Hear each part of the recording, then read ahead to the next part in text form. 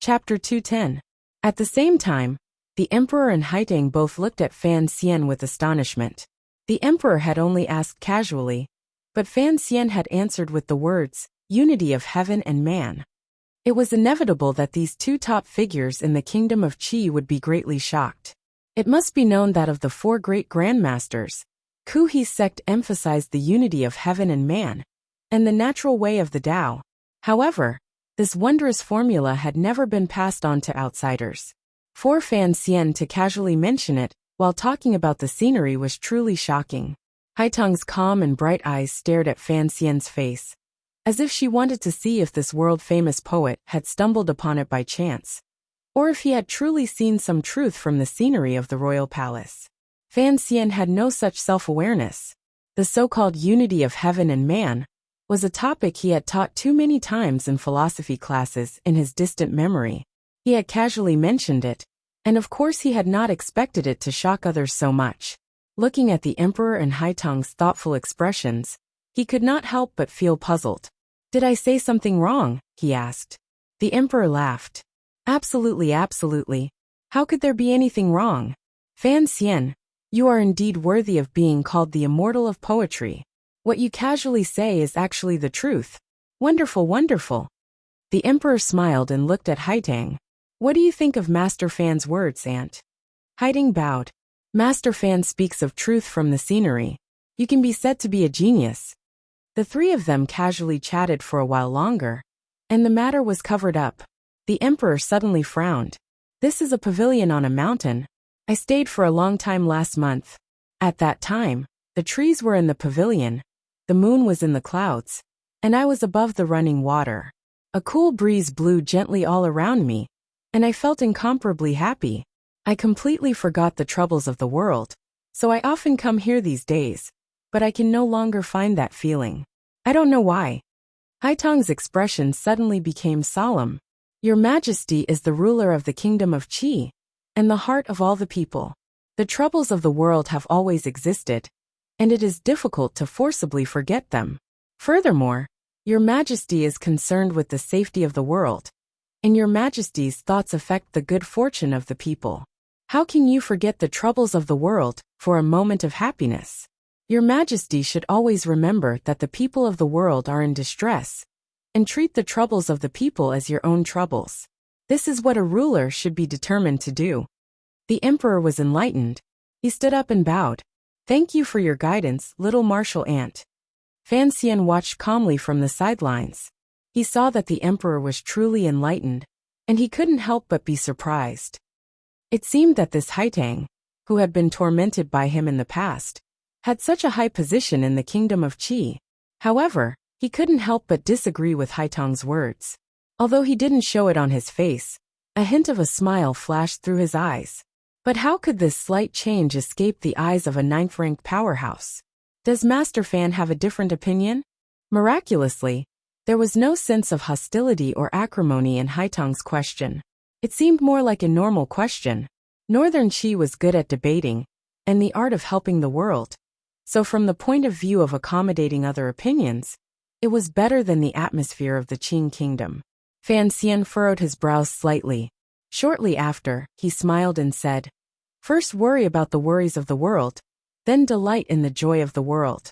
Naturally, this is the ideal that an emperor and an official should hold. But if, as Haitang says, you cannot forget the suffering of the common people day and night, although your Majesty can be vigilant and tireless in government affairs for the good of the common people, in the long run, it will inevitably be too tiring.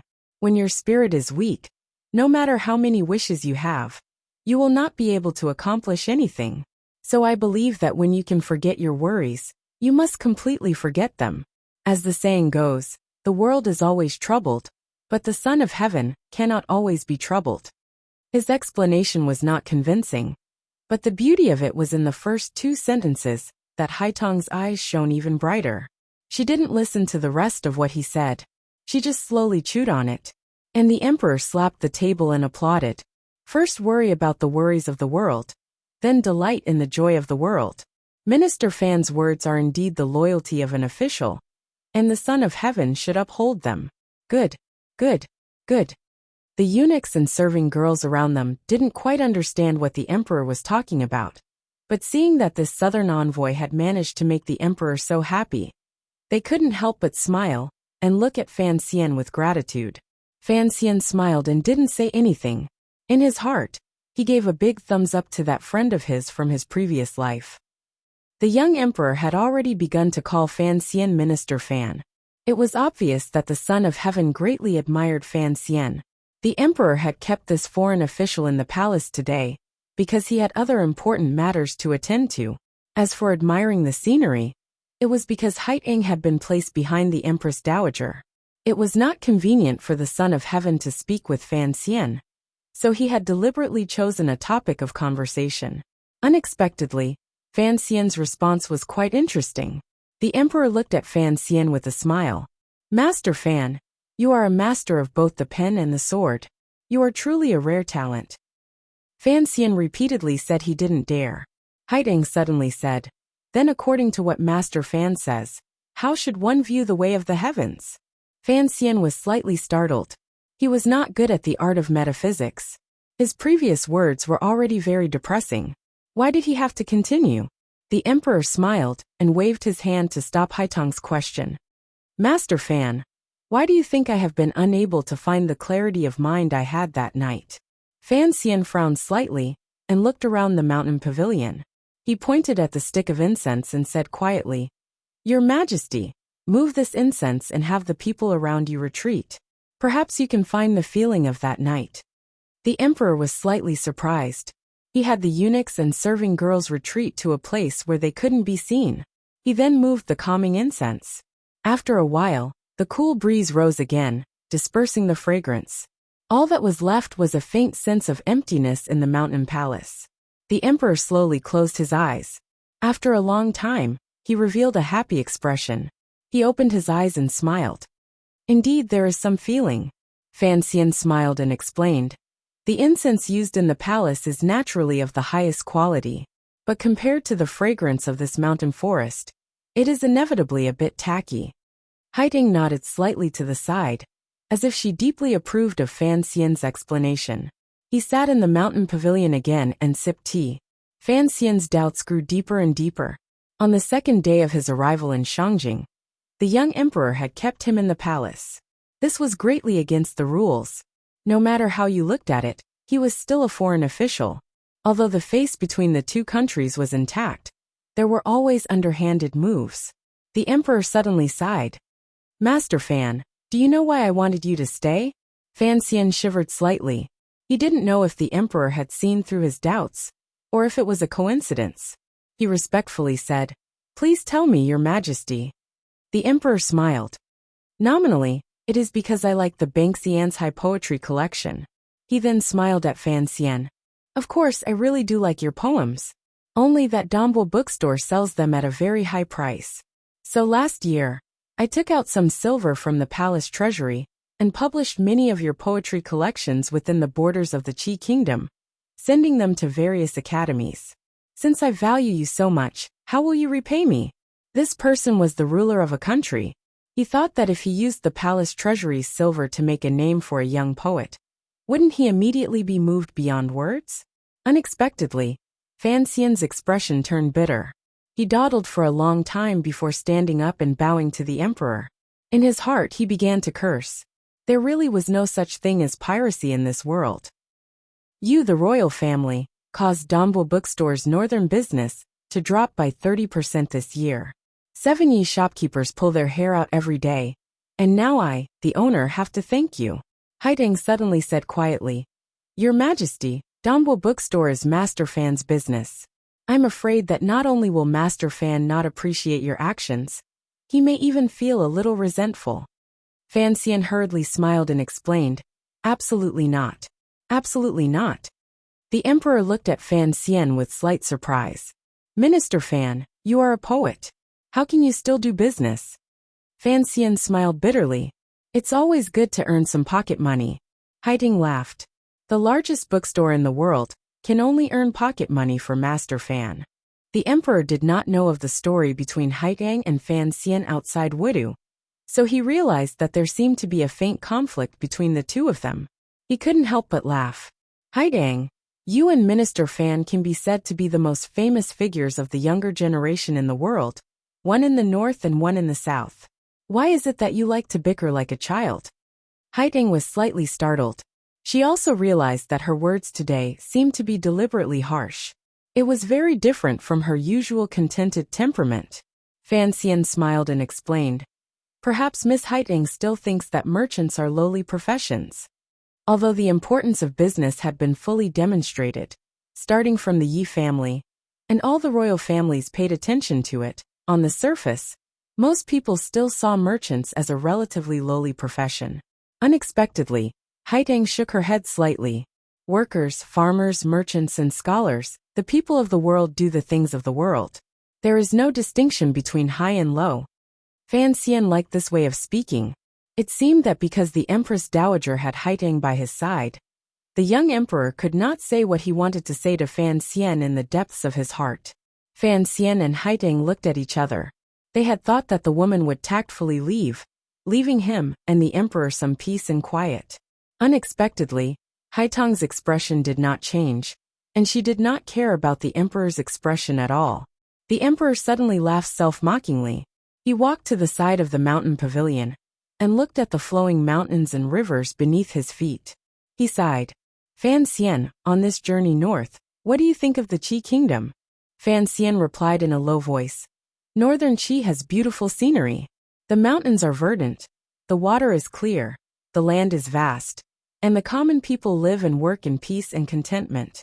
The emperor suddenly turned and looked at Fan Xian with a gaze that was completely unlike that of a 17-year-old. Then how do you think my world compares to the Qing kingdom? Chapter 211. The comparison between Northern Qi and Qing? This was a sensitive topic. He could not weaken his own country's prestige, and as an envoy, he could not lose too much face to Northern Qi. But Fan Xian's answer was smooth and natural, as if he had been thinking about it since he was in his mother's womb. He spoke confidently, forcefully, and quickly. It made Haitang's face contort in anger, and made the emperor open his mouth wide, revealing his well-kept white teeth. Fan Xian smiled warmly, cupped his hands, and said a few words. I do not know. The emperor was stunned for a moment, then began to laugh. This reply was a scoundrel, but he could not punish him. After all, he was a so-called foreign official. Even if he knew about the kingdom of Qing, it did not matter. No wonder the young girl was a 9th-level martial artist at such a young age, while he himself had only just crossed the threshold of the 9th-level martial artist. No wonder the young girl was given the title of Tianmai by the people of Northern Qi, while he could only shamelessly rely on poetry to win Jianghu status. No wonder the young girl waved her hand lightly, and he had to crawl on the ground like a dog. No wonder I used my flying needles and aphrodisiacs, while others only soaked in the lake. That is why I came to be influenced. The emperor laughed. With the title of immortal poet here, I will naturally let the students of the Imperial College come and listen to Minister Fan's lectures. Fan Xian felt bitter. He had been a fake professor at the Imperial College of the Kingdom of Qing, and now that he was here in the north, he was a guest professor. If I go south, what do you think the chances are, Minister Fan? The young emperor's face was calm, but the majesty he had cultivated in the palace suddenly came pressing in. Only 2 people in the world could ask such a sensitive and arrogant question, but it was an envoy from an enemy country, and the meaning was somewhat interesting. Like a spring thunder, Fan Xian's expression did not change. He replied lightly, not a single chance. Why? The emperor looked at Fan Xian coldly. The people of Qi do not want to fight, and they will be in danger. Fan Xian smiled. The people of Qing are warlike, and they will be in danger. Fortunately, you 2 majesties, one strives to be strong, and the other is experienced in governing the country. You balance these 2 sides. The emperor suddenly asked, what kind of person is the emperor of Qing? I have exchanged 2 private letters with him, but I still can't understand him. Fan Xian began to curse in his heart. After all, he was an official of the kingdom of Qing. What was the meaning of this? Thus he kept his mouth shut. Seeing him like this, the Northern Qi emperor laughed and said quietly, your emperor will grow old, and I will grow up.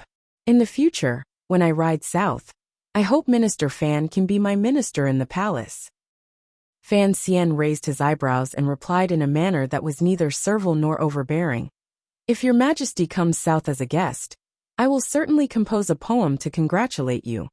They were both heading south, but the meaning was completely different. The Qi emperor's intention was to lead the army south and swallow up the Qing kingdom. What Fan Xian meant was that the emperor of Qi was a guest in the south. Naturally, he was a prisoner. He only thought that the young emperor in front of him was indeed a man of great ambition. However, the words he said in front of him were unavoidably a bit too much. He didn't know if it was because he was young and impetuous that he had slipped his tongue, or if he didn't take him, a foreign official, seriously at all. He only wanted to use his mouth to pass his will to the southern palace. Suddenly, the emperor's brow furrowed with worry. Thinking of something, he gently waved his hand and said, Shangjing has always been peaceful, but there have always been many misunderstandings between the two countries. I am worried that there will be people who have ill intentions towards you, Minister Fan. Although those people would not dare to do anything to you, provocations are unavoidable. For my sake, Minister Fan, please be more tolerant. Fan Xian was shocked, not by the content of the words, but by the tone of the young emperor's voice. Be more tolerant for the sake of the emperor? Fan Xian thought that he had no right to be valued so highly by the ruler of a country, and he didn't understand why the young emperor would think so highly of him. I am a bit tired.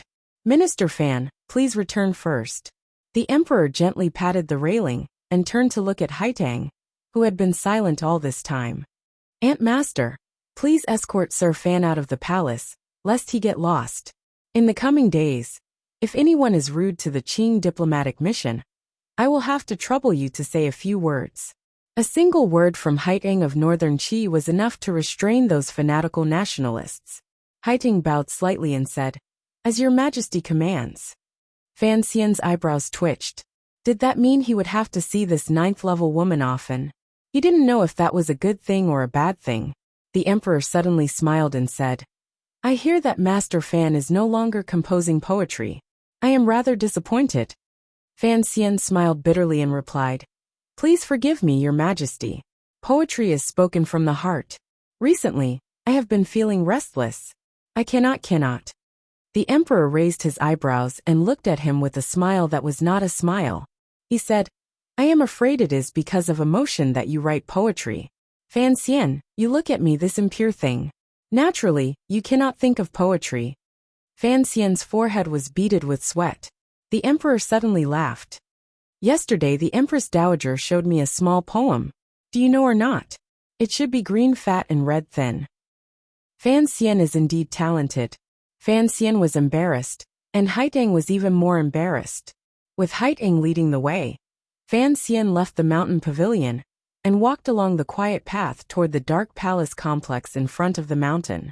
In the mountain pavilion, the young emperor of northern Qi stood silently. The excitement from the earlier conversation had faded from his face, and there was a faint smile on his lips.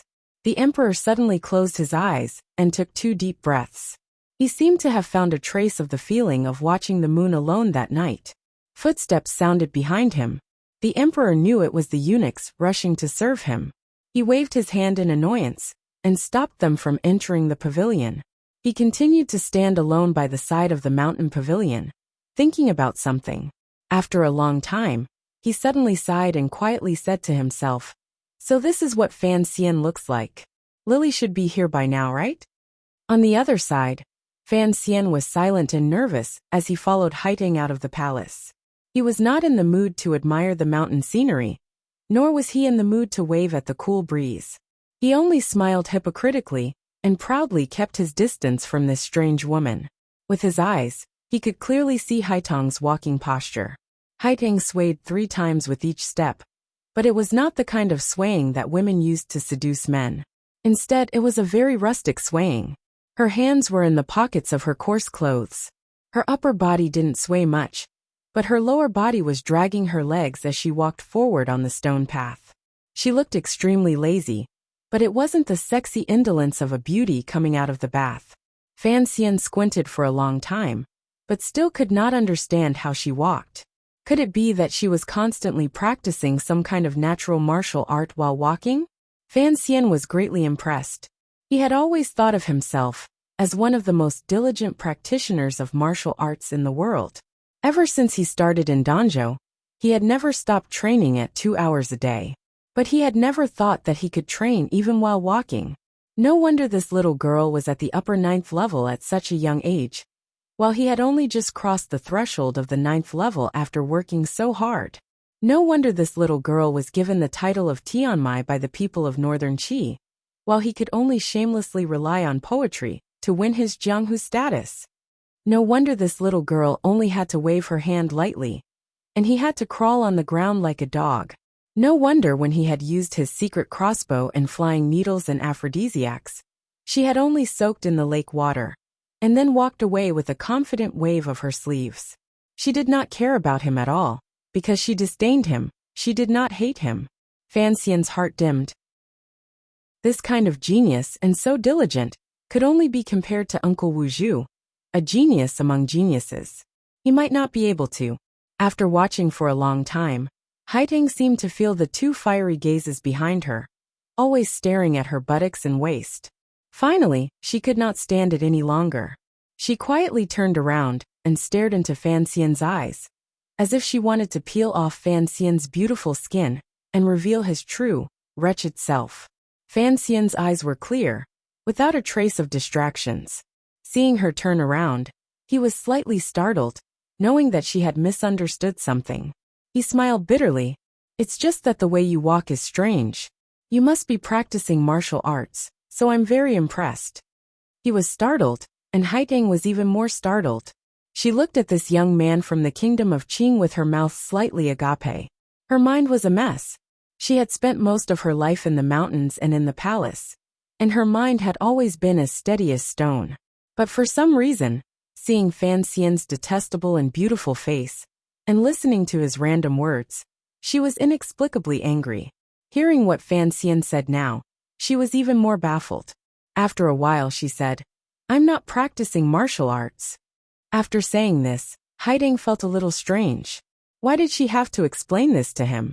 So she said with slight anger, "I've always walked like this since I was little.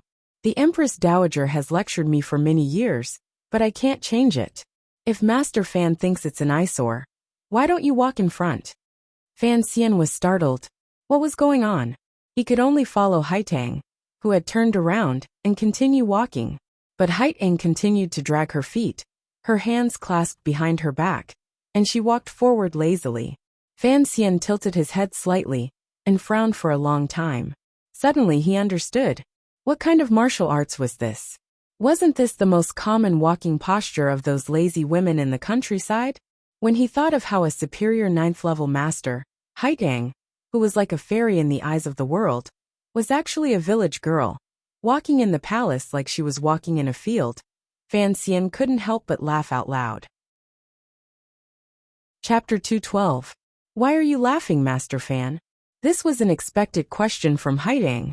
Fan Xian coughed twice, his eyes full of smiles as he explained, "I really like the way you walk." Haiteng was slightly taken aback, and anger flashed in her eyes. Fan Xian hurriedly said, "May heaven smite me if I deceive you." Haiteng had no choice but to believe the viciousness of this oath, but she still didn't understand. She had been laughed at by the people of the palace for many years. Why did this young man behind her like the way she walked? Thinking of Fan Xian's shameless methods on the shore of the North Sea, Haiteng was even more confused. The two of them sank into silence once more, walking out of the palace, accompanied by the green trees and black eaves of the mountain. Haiteng's position in northern Qi was indeed very respected. Along the way, the eunuchs and palace maids they saw, as soon as they heard the lazy sound of cloth shoes rubbing against the ground, rushed to hide under a tree by the side of the road, and respectfully bowed to the lazy village girl, not daring to look her in the eye. "His Majesty favors me so much that I am a little afraid," Fan Xian finally said, carefully testing the waters. "There is no need to be modest, Master Fan." Haiteng replied expressionlessly, "His Majesty loves poetry." When the Banxian's High Poetry Anthology was published, all the scholars of the world had a copy, and His Majesty was no exception. After Zhuang Mohan and Master Qing rebelled against the capital, His Majesty had a long conversation with His Majesty in the palace. From that day on, His Majesty never stopped mentioning Master Fan's name. He often said that if Northern Qi had a talent for poetry like yours, it would be wonderful, and that it would be a great regret. Now that you have escorted Xiao In back to the capital, and the two countries are in a standoff, His Majesty is naturally worried about your safety. Fan Xian was silent. Only now did he realize that there was such a story between this young emperor and him, who he had never met. But the young emperor had a worried expression on his face, and presumably there was something he wanted to tell him. But there were many eyes and ears in the palace, and the emperor did not want to say it in front of Haitang. He didn't know what it was. Oh, Fan Xian furrowed his brows slightly, as if he didn't quite believe her words. Haitang said softly, "Today, Master Fan, when you saw the palace and the forest, you blurted out the words unity of heaven and man. I am impressed. In the future, when you are not busy with state affairs, Master Fan, if you have time, I hope you will not be stingy with your advice." After my master read the Bangxian's high poetry collection, he was silent for a few moments and praised you greatly. I was a bit surprised at first, but after talking with you today, I know that your reputation is well deserved. You flatter me. Her words were spoken with some sincerity, so Fan Xian responded with even more sincerity. In the matter of Yin Bingyan, I ask for your assistance. I've never been involved in politics, Haiding said softly. Fan Xian frowned. Then why did the girl go to the North Sea alone to kill Xiao In? Did she not know that if Xiao In really died, it would have a great impact on this agreement? Haiding smiled. Master Fan seemed to have thought about killing Xiao In before I made my move. Why did you suddenly change your mind? Because I am also very interested in Xiao In's secret. Fan Xian rubbed his slightly damp hands together and turned his head to look at the vast palace. Haiding said calmly, I killed Xiao In because his secret would cause great trouble for many people. The two of them stopped at the same time under a large tree. The green leaves on their heads were like clothes, blocking out the sun and making for a cool and refreshing scene. Fan Xian looked at Haitang's calm and steady shoulders and suddenly said, In this world, there are no secrets that last forever. If Xiao In were to live, perhaps many people would die.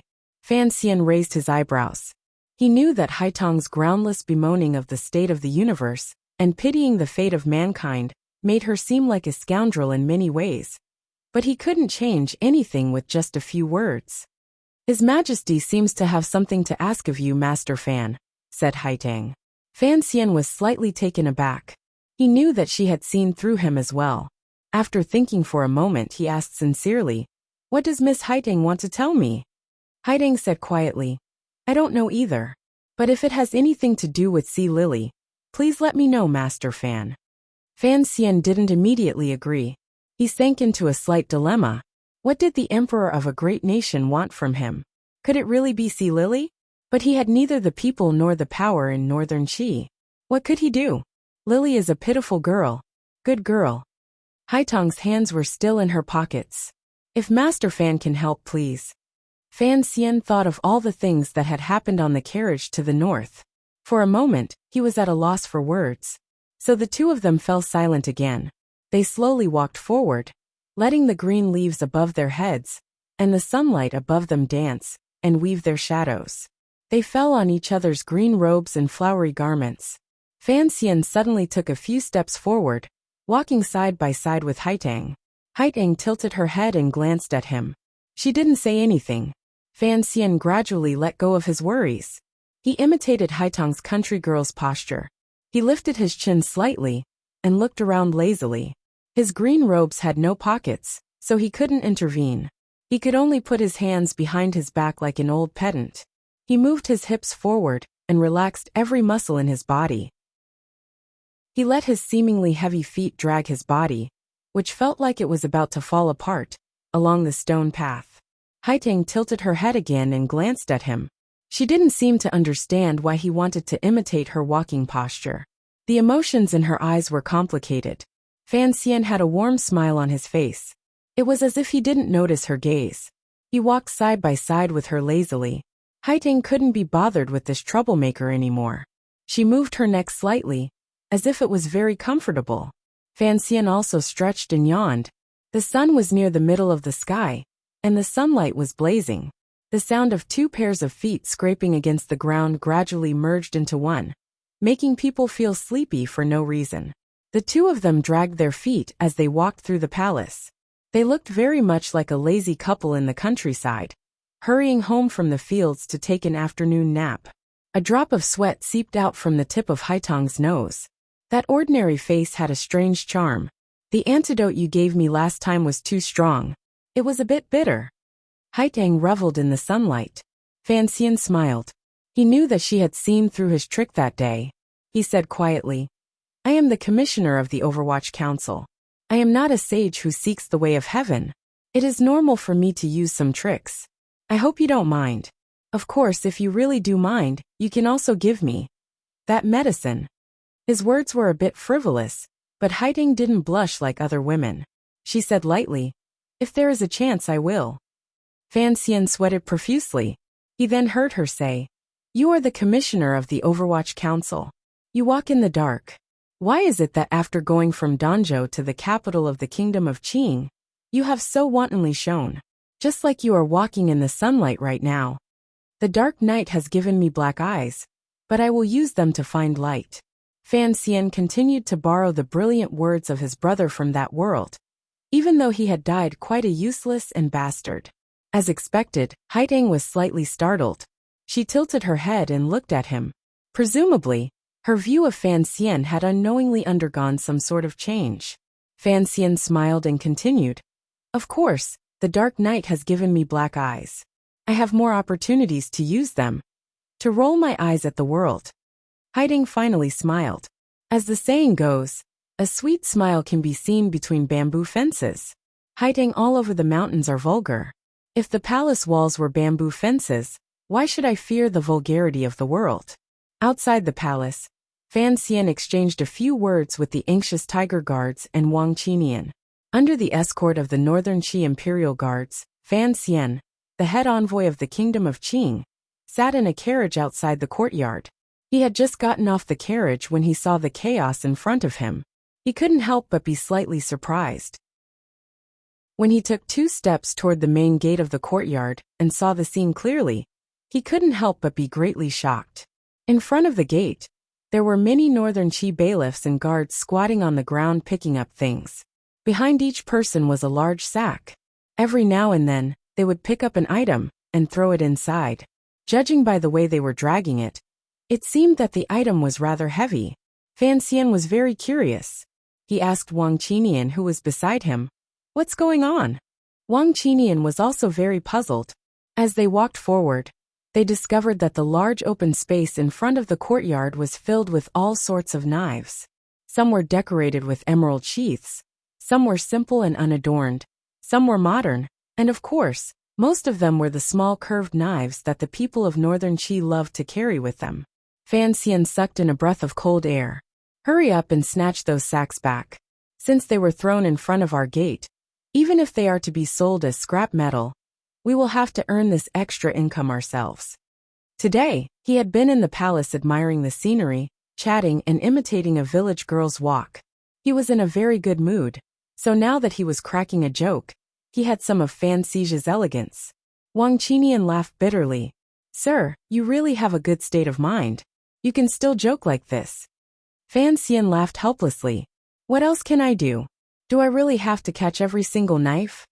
Ever since he had almost been hit in the nose by Yi Ling-er, the daughter of the Jingdo garrison, Fan Xian had come to understand the rules of this world's martial arts duels.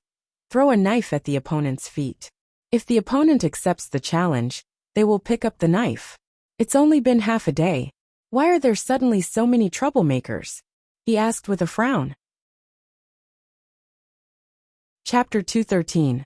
Deputy Lin Jing and Lin Wen, the officials stationed in Shangjing, who had been feeling uneasy all this time, saw that Fan Xian had returned and let out a sigh of relief. They slid along the wall to the front of the crowd and explained, I don't know who leaked part of the agreement between the two countries. The people of Shangjing knew that Northern Qi was going to cede land, and they were furious.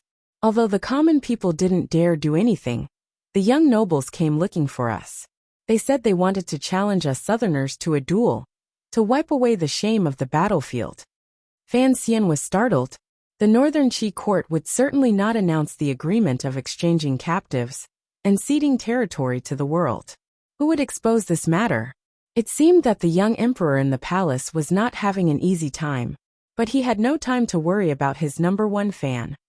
He looked at the knives on the ground with a headache. You deal with this yourself. I'm going to the Ministry of Rights Yamen in a bit. Although there were related subordinates working on the exchange of prisoners, the painting world, and the exchanging of credentials, Fan Xian insisted on dealing with Yin Bingyan himself. Sir, you can't leave. The two brothers, Lin Wen and Lin Jing, were typical civil officials. The Tiger Guards, who were the strongest in the diplomatic mission, were naturally at Fan Xian's side. The Overwatch Council experts, who used various identities to disguise themselves, only listened to Fan Xian's orders. So the two brothers, who were in the heart of an enemy country, had long been frightened to see the knives flying in front of the courtyard. Hearing that Fan Xian was going to leave, they were afraid that the young nobles of Northern Qi would cause trouble again. Fan Xian furrowed his brows and looked at the two of them with disgust. As an official of the Kingdom of Qing, it is best for you to remain calm. Do not lose face for the court. As for those troublemakers, the Northern Qi court has arranged for guards to block them. Would they dare let those people into the courtyard? The point is, Lin Jing was the more familiar with Fan Xian between the two brothers, and he didn't care that Fan Xian's expression was off. Those people are looking for you, Sir Fan. If you avoid them, I'm afraid that the Northerners will think that the Kingdom of Qing is weak. Fan Xian laughed and scolded him. Even if they come to make trouble for me, they will probably be scholars. Master Lin, you were the third ranker. A few words will be enough. Suddenly, he noticed that not far behind him, the royal guards responsible for guarding the diplomatic mission had a strange expression on their faces. Behind him, the Tiger Guard Gao De had already gripped the hilt of the long sword on his back coldly. Fan Xian turned around and saw that there was another group of people at the entrance of the diplomatic mission. At the head of the group was a young nobleman who was looking up at the sky. Since Fan Xian had given the signal, naturally, no one went to stop him. So, the young man walked directly in front of Fan Xian and threw a punch. His fists were fat and powerless, extremely loathsome. Fan Xian unceremoniously slapped him back. The tyrannical Jinqi in his body was one of the most unique in the world, and under Wu Zhu's education, his ability to judge the right timing was even better. This palm strike was like a blade that tore through the air and fiercely slapped onto the fist.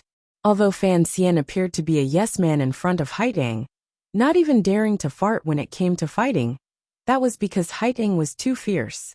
In terms of martial cultivation, Fan Xian's level could be considered outstanding among the younger generation of the world. But because of his opponent's young age, he did not intend to injure him this time. The young man, who was probably only 10 years old, fell on his butt and cried out in pain. He probably did not expect that this seemingly weak scholar would be able to push him down so easily. He looked at Fan Xian and cursed. F***CKU. The southern barbarians have gone mad. Fan Xian, who had been about to enter the courtyard, stopped. He smiled and walked back, holding the young man's wrist in a friendly manner. Although the servants next to the young man were nervous at Fan Xian's actions, they saw that he was only supporting their young master.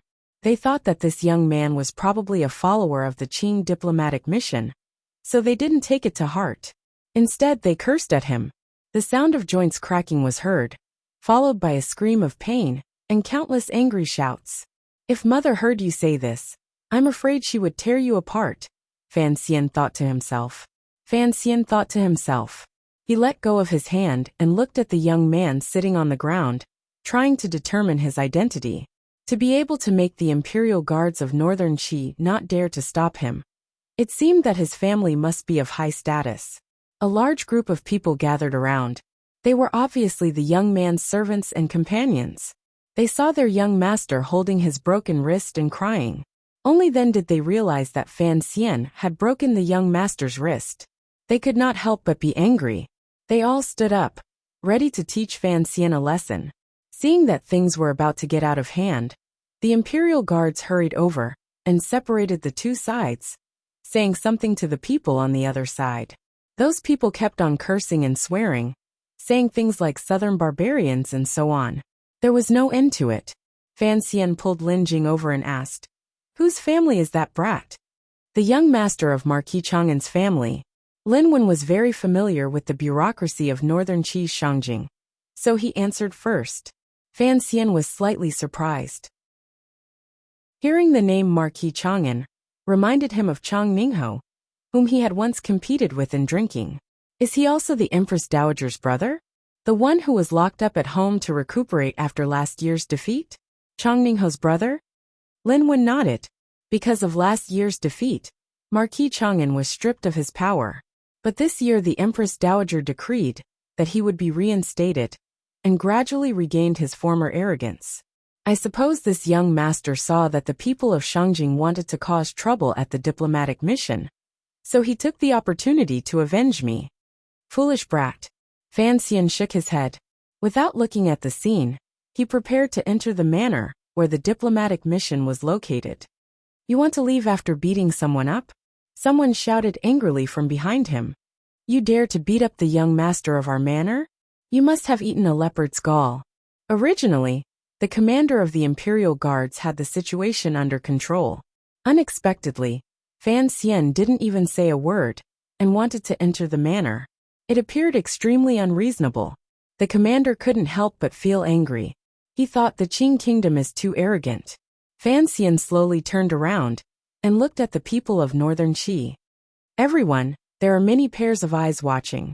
Your young master ambushed me, and I didn't know he was a child, so I hit him a bit too hard.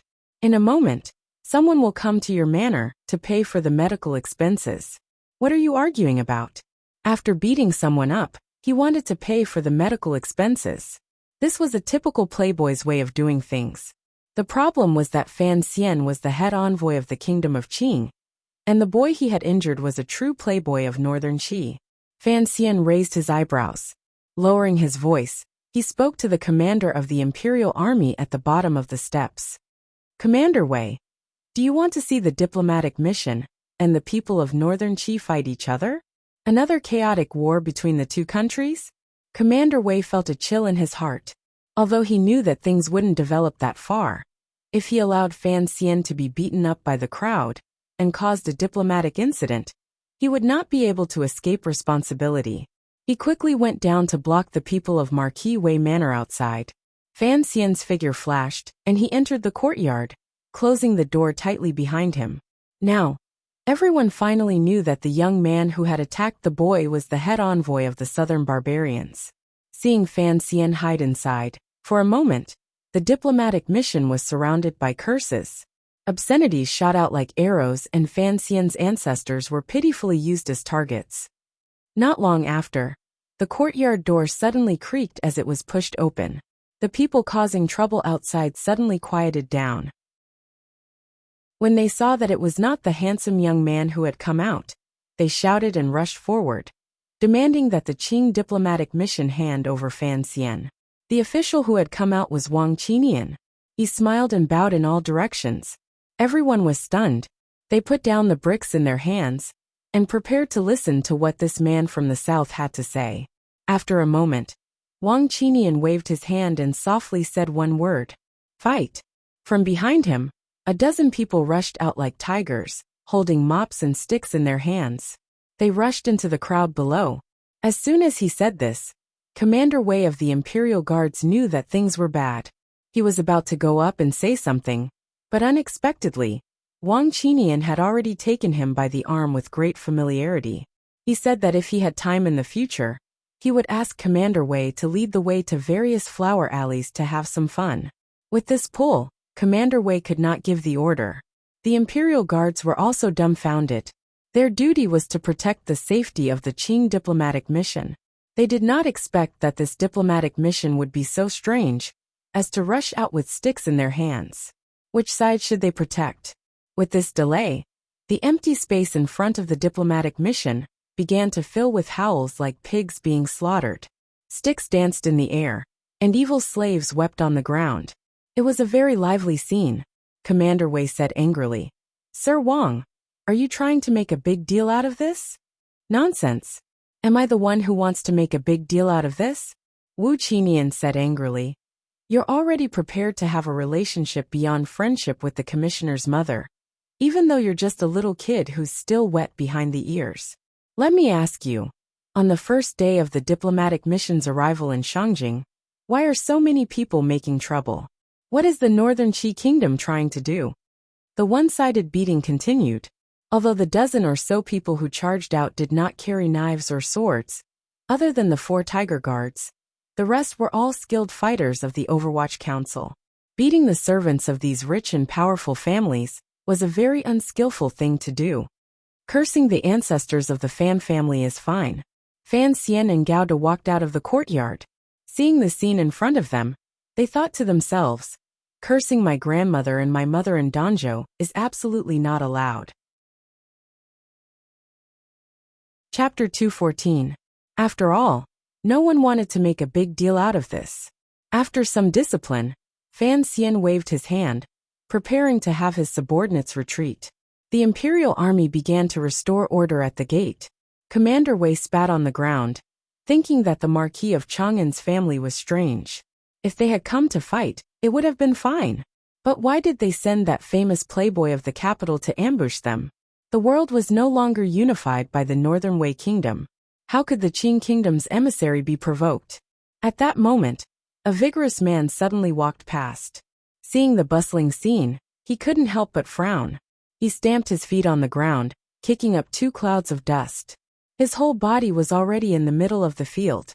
His fists were straight, and his legs kicked horizontally. His moves were clean and efficient, without the slightest bit of hesitation.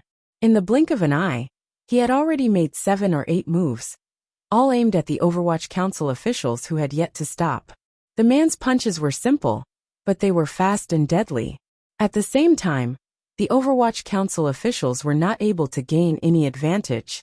They were forced to leave their original positions. A few of the people who were retreating under Commissioner Fan's orders were kicked in the legs.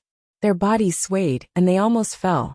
Fan Xian tilted his head slightly, wondering where this expert from the military had come from. He couldn't tell his level of martial arts for now, but he had a natural military aura of bloodlust. He was able to force his subordinates to retreat. After the man had helped the Marquis of Chang'an's family out of trouble, he stood where he was. His eyes narrowed. It seemed that he was surprised that his previous series of fierce attacks had not been able to defeat a single enemy.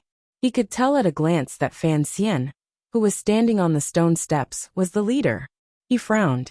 What an impressive diplomatic mission from the Qing Kingdom, he said. Yet all the people they send out are masters of the 6th level and above. Fan Xian looked at him and quietly said, when traveling to a foreign country, the most important thing is to not lower the prestige of the country. Since you are a military figure, do you not understand this principle? The man looked at the people on the ground, who were crying out in pain. He frowned. They are just servants. Even if that child was rude, are you going to rely on that child and the servants to establish your prestige? Fan Xian narrowed his eyes. Then in your opinion, should I just let them spit on their faces? The man was startled. He seemed to have thought of something, and his expression darkened slightly. On the other hand, Commander Wei had long recognized who this man was. With a respectful expression, he stepped forward and saluted. General Tan, why have you come? The soldier surnamed Tan did not recognize the commander of the Imperial Guards for a moment. Commander Wei hurriedly said, I am Wei Wuji. As it turned out, this General Tan, surnamed Tan Wu, was a capable subordinate of Northern General Shang Shanhu. He had always fought the barbarians in the snowy north, and had followed Shang Shanhu back to the capital last year. Who would have thought that he had been idle, and without a job, only occasionally going to the Ministry of War to do a roll call? Although his fellow soldiers in the capital admired Shang Shanhu's valiant loyalty, and had always respected him, he still felt a little bitter about it. Today, when he happened to pass by, he didn't expect to run into the farce at the gates of the Southern Qi diplomatic mission. Tan Wu glanced at Commander Wei and said helplessly, "How can we let these southerners run amok in Shangjing?" Wei Wuji smiled bitterly. "The palace has strict orders to ensure the safety of the diplomatic mission. This is a matter of national importance, and I dare not neglect it." Tan Wu thought of the Qi Kingdom's successive defeats, and how he and Commander, who had never had the opportunity to fight south. He couldn't help but feel depressed. Looking at the wounded on the ground, he felt even more disdain and anger. He suddenly raised his head and saluted Fan Xian, who stood on the stone steps. "Dare I ask if you are Fan Xian, the head envoy of Southern Qi?" Fan Xian returned the salute. "I am." Tan Wu's expression was solemn. "I am Tan Wu of Northern Qi," he said sternly. "I ask for your guidance, Master Fan." Having said this, he gently placed the sword at his waist on the ground. Fan Xian shook his head. He knew that this man was not claiming to be an official, and was preparing to fight according to the customs of duels among the common people. "Master Tan," he said quietly, "I have already collected 2 sacks of daggers before you came. If you wish to duel, perhaps you will have to postpone it for a few days." Tan Wu frowned. "There is no time like the present. Please enlighten me, Master Fan." Fan Xian shook his head again. Tan Wu said angrily, "I know that Master Fan is not only talented in poetry, but also extremely skilled in martial arts. Last year, you single-handedly killed Cheng Jishu, one of our country's aces. Are you looking down on me?" Fan Xian looked at him, and knew that this soldier had been stirred up. He laughed. "Although I am the leader of this diplomatic mission, and you really did look like a troublemaking group, I have always respected good men on the battlefield. I knew that you had spent many years fighting the barbarians in the snowy lands of the north. How could I not respect you enough? Why must you decide victory with your fists and feet?"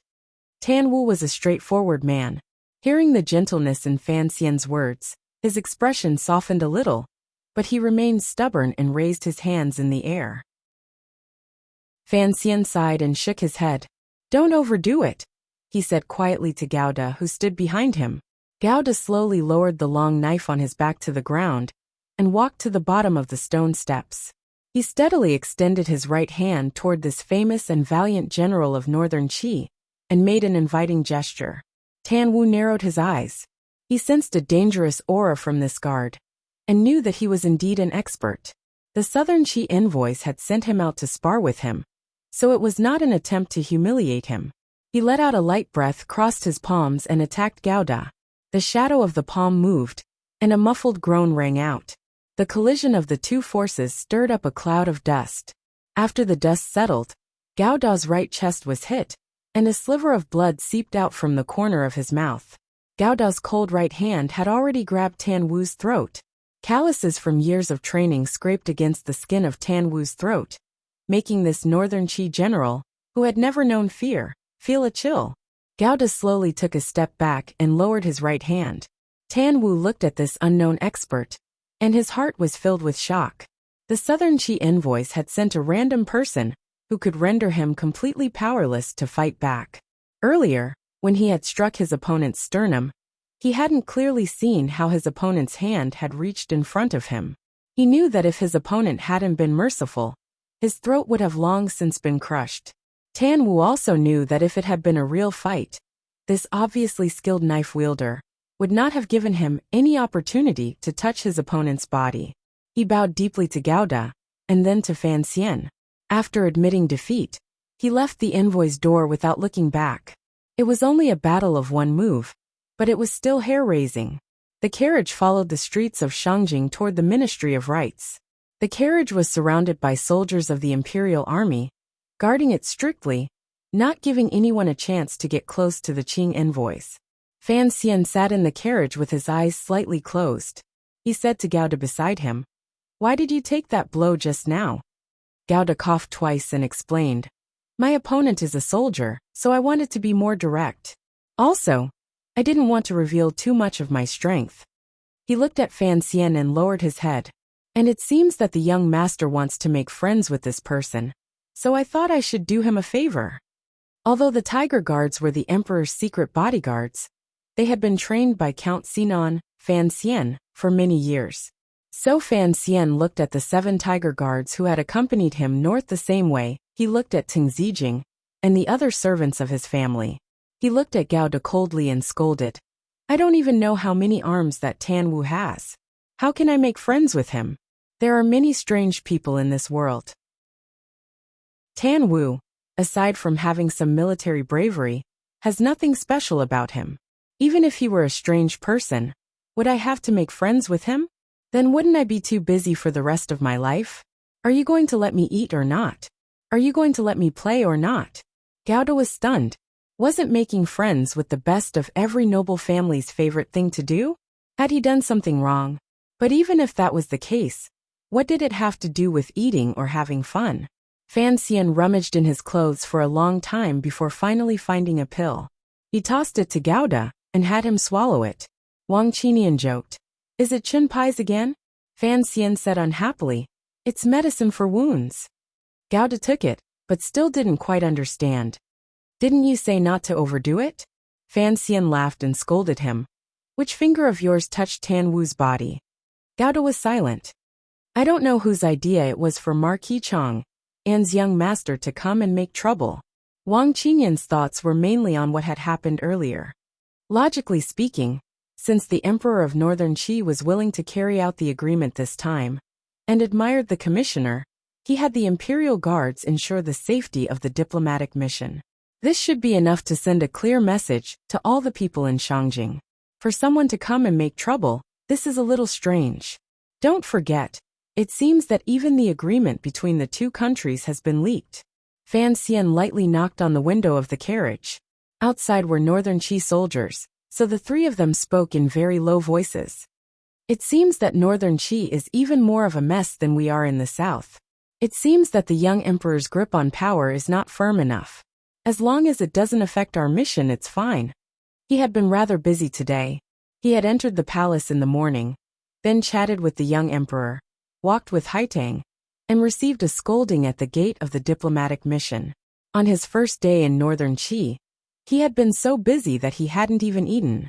All he could think about was the cup of tea the Emperor of Northern Qi had given him. It would have been better if he hadn't thought about it, but as soon as he did, his stomach began to growl. Fan Xian laughed at himself, thinking that he really had a hard life. The reason he had been so tired today was because Fan Xian had made up his mind to drag Yin Bingyan out of Northern Qi's icy prison as soon as possible. Otherwise, if he were to eat and drink outside, he might not be able to eat to his heart's content. Chapter 215. The diplomatic mission's itinerary in Shangjing, Northern Qi, had been set long ago. Logically speaking, someone of Fan Xian's status in Shangjing would be accompanied by a corresponding attendant, but Fan Xian was wary of this arrangement. Although there were already officials stationed there to negotiate, he still went to the Ministry of Rights with the permission of the Northern Qi royal family. In the secret agreement, Yen Bingyan was exchanged for Xiao In and Si Lily. The kingdom of Qing had already suffered a great loss, so Fan Xian was anxious to find the other side's hidden executor. But unexpectedly, the nominal minister Shuyi of the Ministry of Rights, the real vice provost of the Northern Qi Brocade Guard, was hiding from him. It seemed that they wanted to delay for a few more days. Fan Xian was furious. He waved his sleeves and walked out of the Ministry of Rights, ignoring the Qi officials. At the entrance of the Ministry of Rights, Ling Jing had already hurried over from the Chamberlain of Dependencies.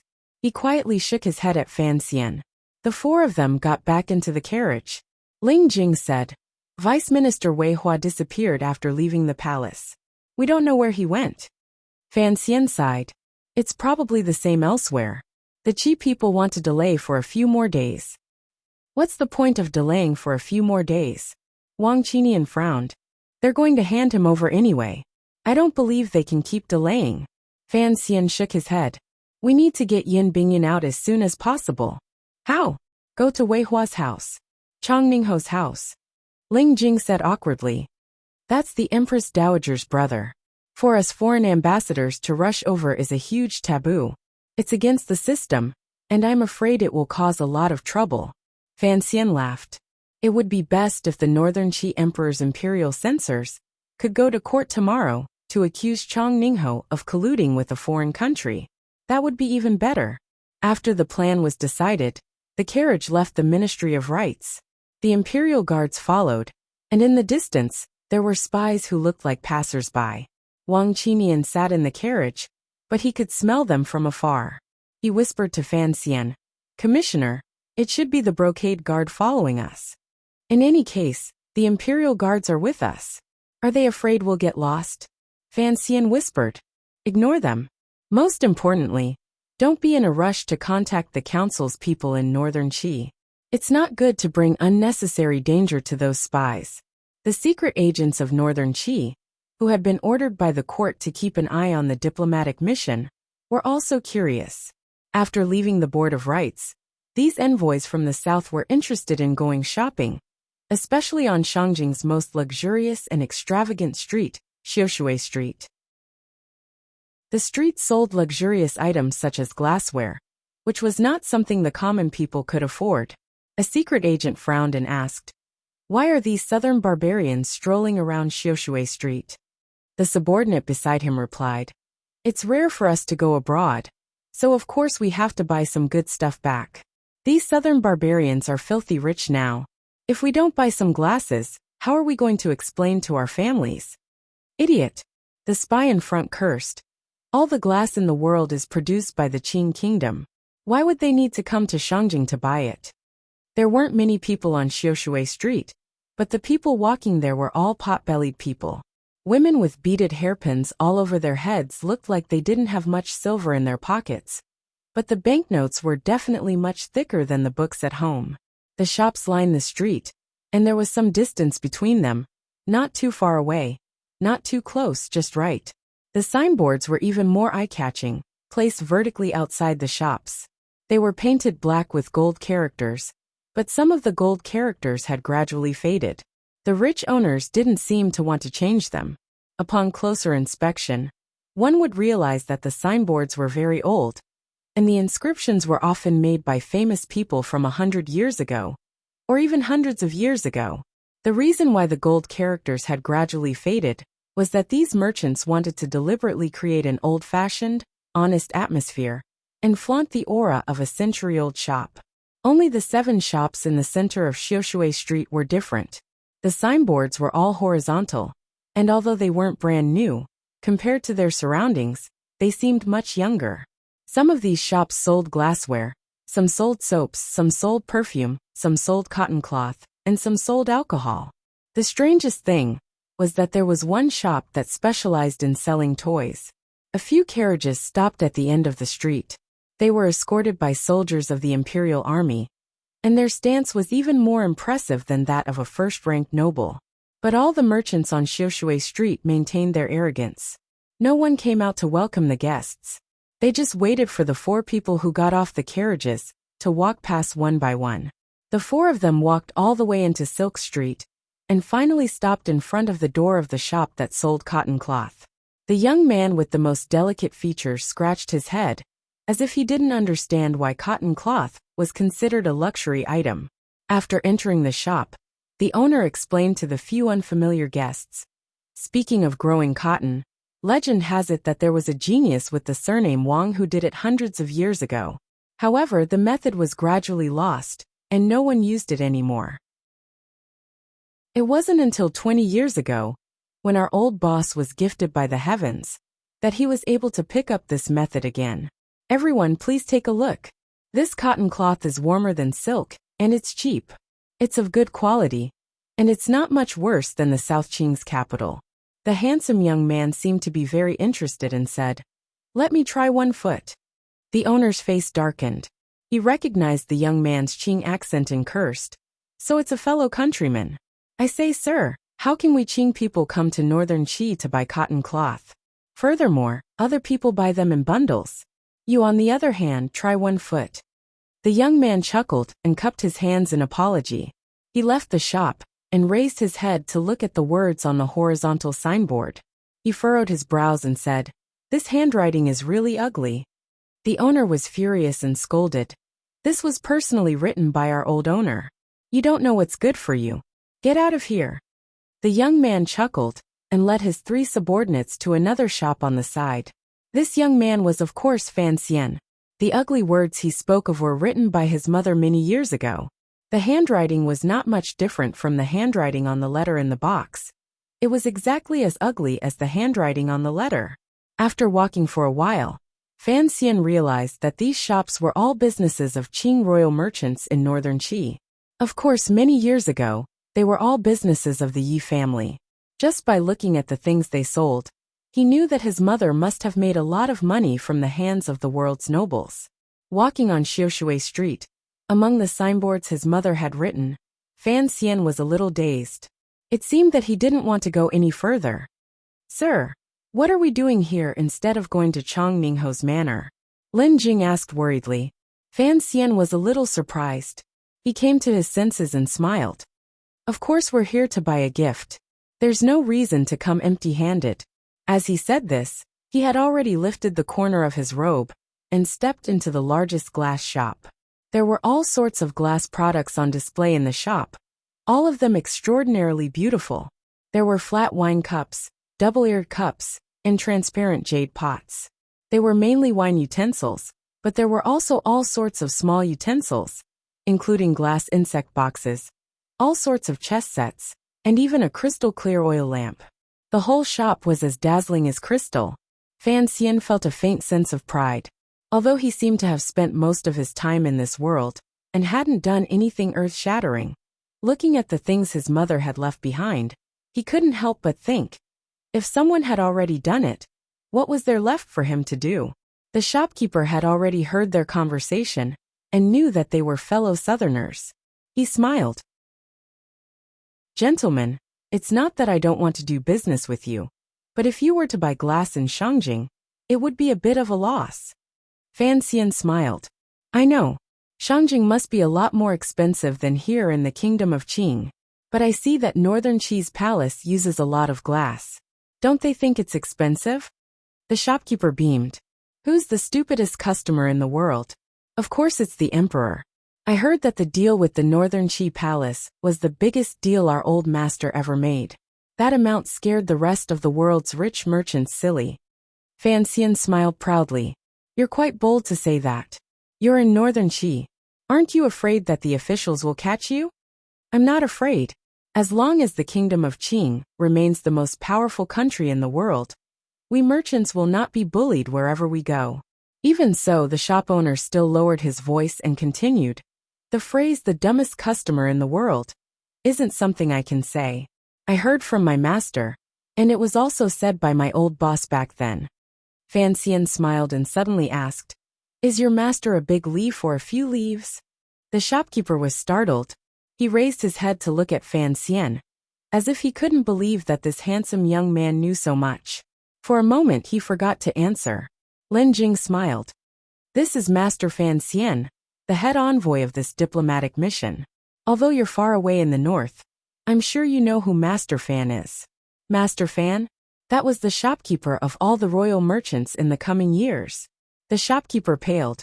He quickly lifted his robe and knelt before Fan Xian. Chapter 216. Fan Xian hurried to help him up, but the shopkeeper insisted on kneeling and kowtowing. He then rose and said, "So you are my future boss. I have to kowtow no matter what. Furthermore, you are the head envoy of this diplomatic mission. I am in a foreign country, and even if I wanted to pay my respects to the people back home, I would have nowhere to go." The shopkeeper suddenly came to his senses. He remembered that he had mentioned some taboo names in front of this man from the south.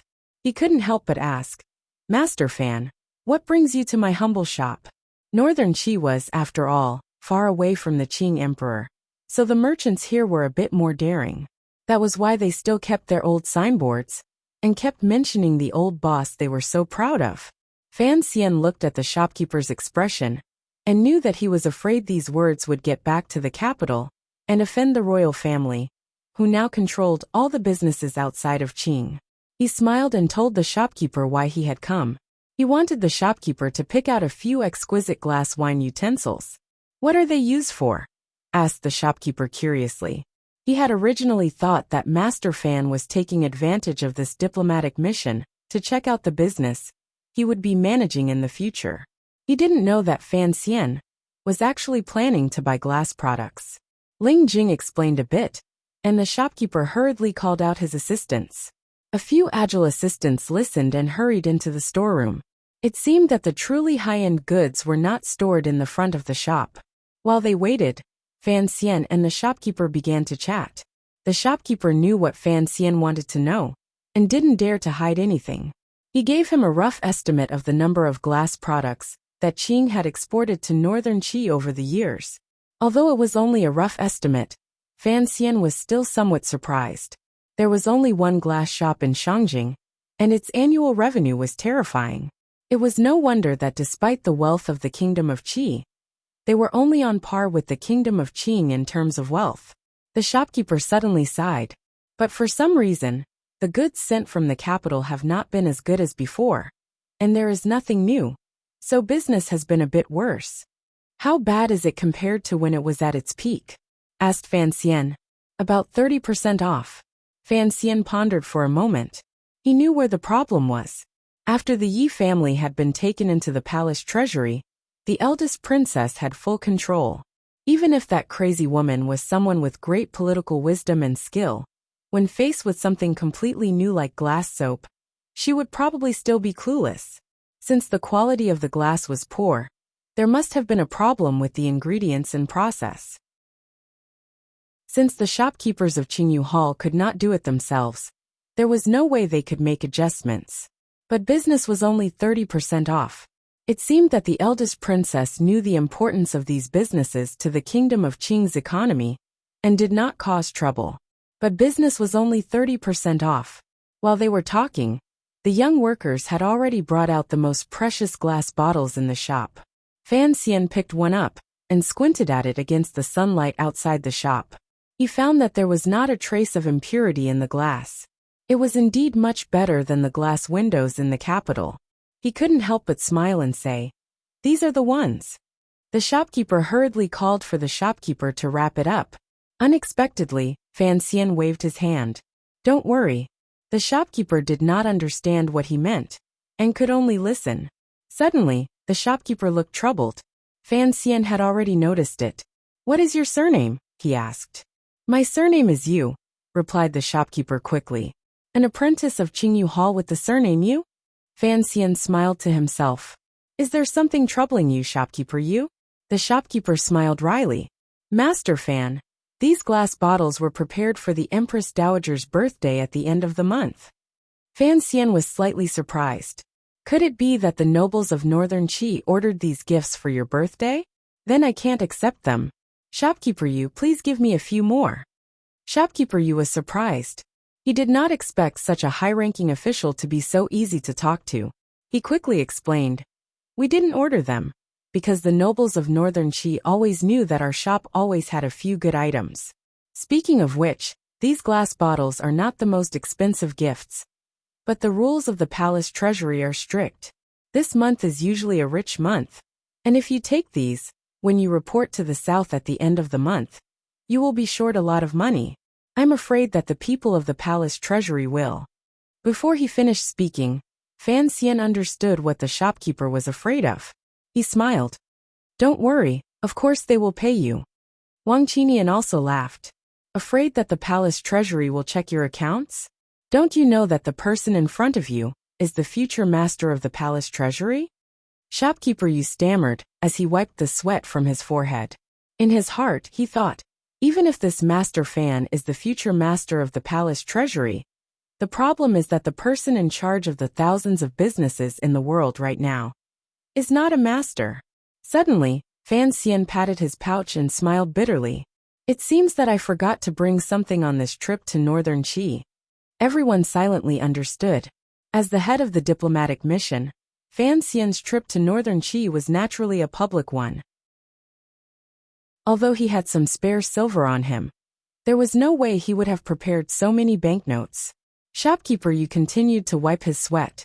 "Master, if this is official business, then naturally it should be reported to the public accounts. Master, please write a list and I will send it back to the capital. That should be enough to pay off the bill. A promissory note? That's a good idea, Fan Xian thought to himself. He accepted the brush, ink, and paper that he had prepared earlier. He thought that this shopkeeper Yu was very observant. He had probably seen too many cases of envoys writing promissory notes. He scribbled a few lines on the paper, and shopkeeper Yu carefully wrote down the amount of money. When it was Fan Xian's turn to sign, he hesitated. He turned around and asked Wang Qinian, "Does the council have money?" Wang Qinian smiled bitterly. 1/3 of the council's finances are provided by His Majesty, and 2/3 by the Ministry of Revenue, which is your father. In recent years, things have been a little tight. Fan Xian turned to look at Gao Da. You follow your father, so of course the tiger guards are rich. Gao Da saw the young master looking at him, and his face was filled with embarrassment. Young master, the old master is very strict with the tiger guard's finances. Fan Xian sighed and looked at Lin Jing. It seems that I will have to use the name of the office of the Grand Herald. Lin Jing held back a bitter smile. He thought, you are clearly eating the office of the Grand Herald. What else can I say? Anyway, it was all public accounts, so Lin Jing did not feel bad. He even joked, the palace treasury and the external treasury are always inferior to the national treasury. This was very true. Whether it was the palace treasury, which was currently managed by the eldest princess, or the Ministry of Revenue, which was managed by Count Sinan, in the end, it was still the money of the kingdom of Qing. Fan Xian and Lin Jing, the envoy and deputy, confidently signed their names. They glanced at the 2,000 taels of silver on the paper, and then walked out of the glass shop. They did not have any attendants following them, so shopkeeper Yu carefully instructed the workers to carry the precious glass bottles and follow them out. Because Fan Xian did not instruct them to return them to the diplomatic mission, they presumably had other uses for them. As they walked past the toy shop that sold 9 rings in Sherong Road, Fan Xian only glanced at it, his gaze gentle. The shop in front of them sold wine, and Fan Xian walked in first. The shopkeeper had already been informed by his servants that a few high-ranking officials from his hometown had arrived, and was standing at the door to welcome them respectfully. Fan Xian sat on a chair and glanced around. He found that the wine utensils were also very expensive, but they were far inferior to the glass bottles he had bought. He waved his hand and asked the owner to step forward. What is the best wine? The shopkeeper's surname was Sheng, and he produced a thin, transparent bottle as if by magic. The wine in the bottle was suffused with an extremely alluring red color, rich but not thick. Fan Xian narrowed his eyes. Grape wine? He asked in surprise. Master Fan, you truly are an immortal of wine and poetry. Shopkeeper Sheng had long since inquired about the composition of the diplomatic mission from his hometown. He smiled flatteringly. It is indeed grape wine. He took out a cup and poured some into it. Fan Xian closed his eyes, swirled the open cup slightly, and brought it to his nose for a sniff. Seeing this, not only did Wang Qinian, who had once lived a luxurious life, but even Lin Jing and shopkeeper Sheng were filled with admiration. Master Fan was indeed the descendant of a famous family. Fan Xian was no master of wine. He was just putting on a show. He placed the cup on the table next to him. I'll take this wine, he said. Pick out some stronger ones. Shopkeeper Sheng did not dare to tarry, and hurriedly offered them up one by one. Fan Xian took a sip and frowned slightly. This was not much different from the wine he normally drank. It was far inferior to the sorghum wine Uncle Wu Zhu had made for him in Danzhou, and the tribute wine from the capital. Seeing Fan Xian frown, shopkeeper Sheng said in a low voice, Strong wine is forbidden in the north. Please understand, master. Fan Xian knew that shopkeeper Sheng was not speaking the truth. There was nothing in this world that money could not buy. Many of the nobles of northern Qi were rich and powerful, and their hands were never soft when it came to spending money. Shopkeeper Sheng must have prepared some high-class goods. Fan Xian did not say much, and only shook his head to show his dissatisfaction. Shopkeeper Sheng suddenly looked at him, and then took out 2 more bottles of wine. Fan Xian furrowed his brows slightly. In that glance earlier, this seemingly ordinary boss had revealed an extraordinary expression. Fan Xian took a sip in a small porcelain cup, and then frowned. He did not say anything for a long time. Everyone thought that the wine did not taste good. Wang Qinian could not help but ask, "Master, what is it?" Fan Xian took a deep breath, turning the burning sensation in his throat into a thrill of excitement.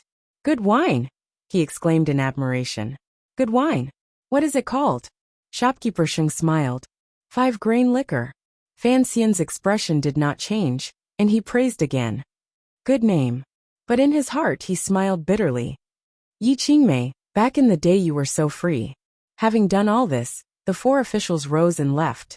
But as he was leaving, Fan Xian noticed that the shopkeeper, whose surname was Sheng, was giving him a meaningful look. Thinking back to what he had noticed earlier, Fan Xian stopped and let the other 3 go first. He turned around and followed the shopkeeper to the accounting room in the back. There was no one in the accounting room, and it was strangely quiet. As soon as shopkeeper Sheng entered the room, he seemed to have changed into a different person. His entire body straightened, and his expression was solemn. He bowed to Fan Xian, who was sitting on the chair, and said in a low voice, "Sheng Huairan of the palace treasury greets you, master." Chapter 217. Fan Xian's expression did not change. He had expected this. Today's trip to Xiushui Street was on the surface secondary. The key was to see how the palace treasury was doing in the north. So when he heard Sheng Huairan call him son-in-law, he was not surprised. After all, the palace treasury was still managed by the eldest princess, and there would always be some of her trusted aides hidden in northern Qi. For some reason, Fan Xian believed that the eldest princess would send someone to find him, the head envoy of the diplomatic mission. This was not only intuition, but also a judgment of the people of Qing. Whether the people of Qing were virtuous or foolish, they all had a self-confidence and pride that bordered on paranoia. There must be a reason why the eldest princess wanted to let Xiaoan go. If it did not have to do with the secrets of the temple, then it had to do with Shang Shanhu, who lived in Shangjing. Now that Xiaoan had been sent to northern Qi, the eldest princess would naturally contact her son-in-law, the head envoy of the diplomatic mission, if she wanted to rescue him. But the word son-in-law still struck Fan Xian as absurd. It seemed that his mother-in-law would not like him more and more as she looked at him. Since Sheng Huairan dared to call him son-in-law, then he must be the most trusted aide of the eldest princess. Fan Xian looked at him and nodded. "Elder, what do you have to say?" Sheng Huairan did not say anything. He only handed him a letter. Sitting in the carriage, Fan Xian squeezed the letter in his sleeve.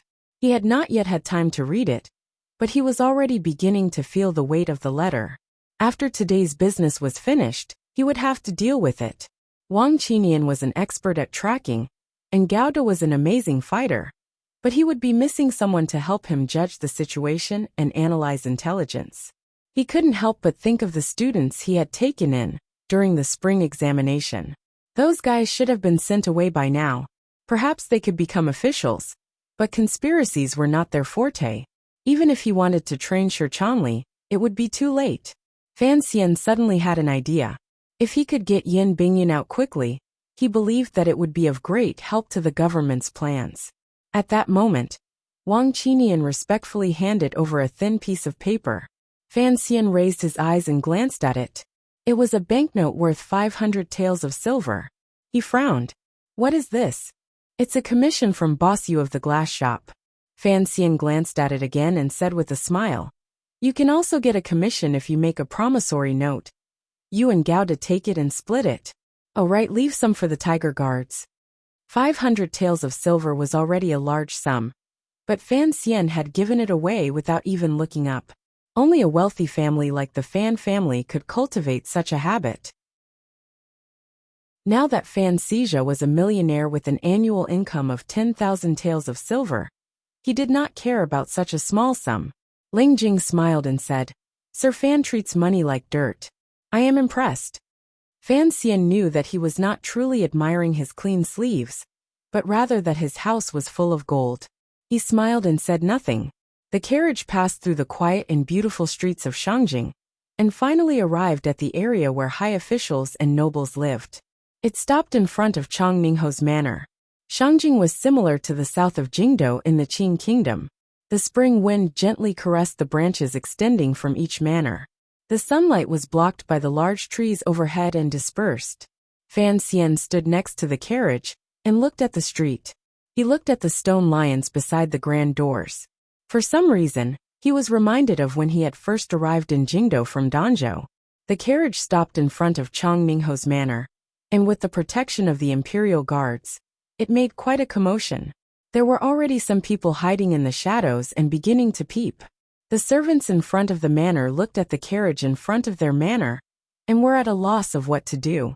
They did not know whether to go down and greet them or rush into the manor to inform their master. These servants could all see that the newcomer was dressed very clearly. It was an envoy from the Qing kingdom.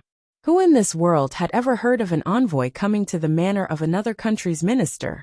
If this was a journey permitted by both countries, then Chang Ningho's manor would have long since made preparations.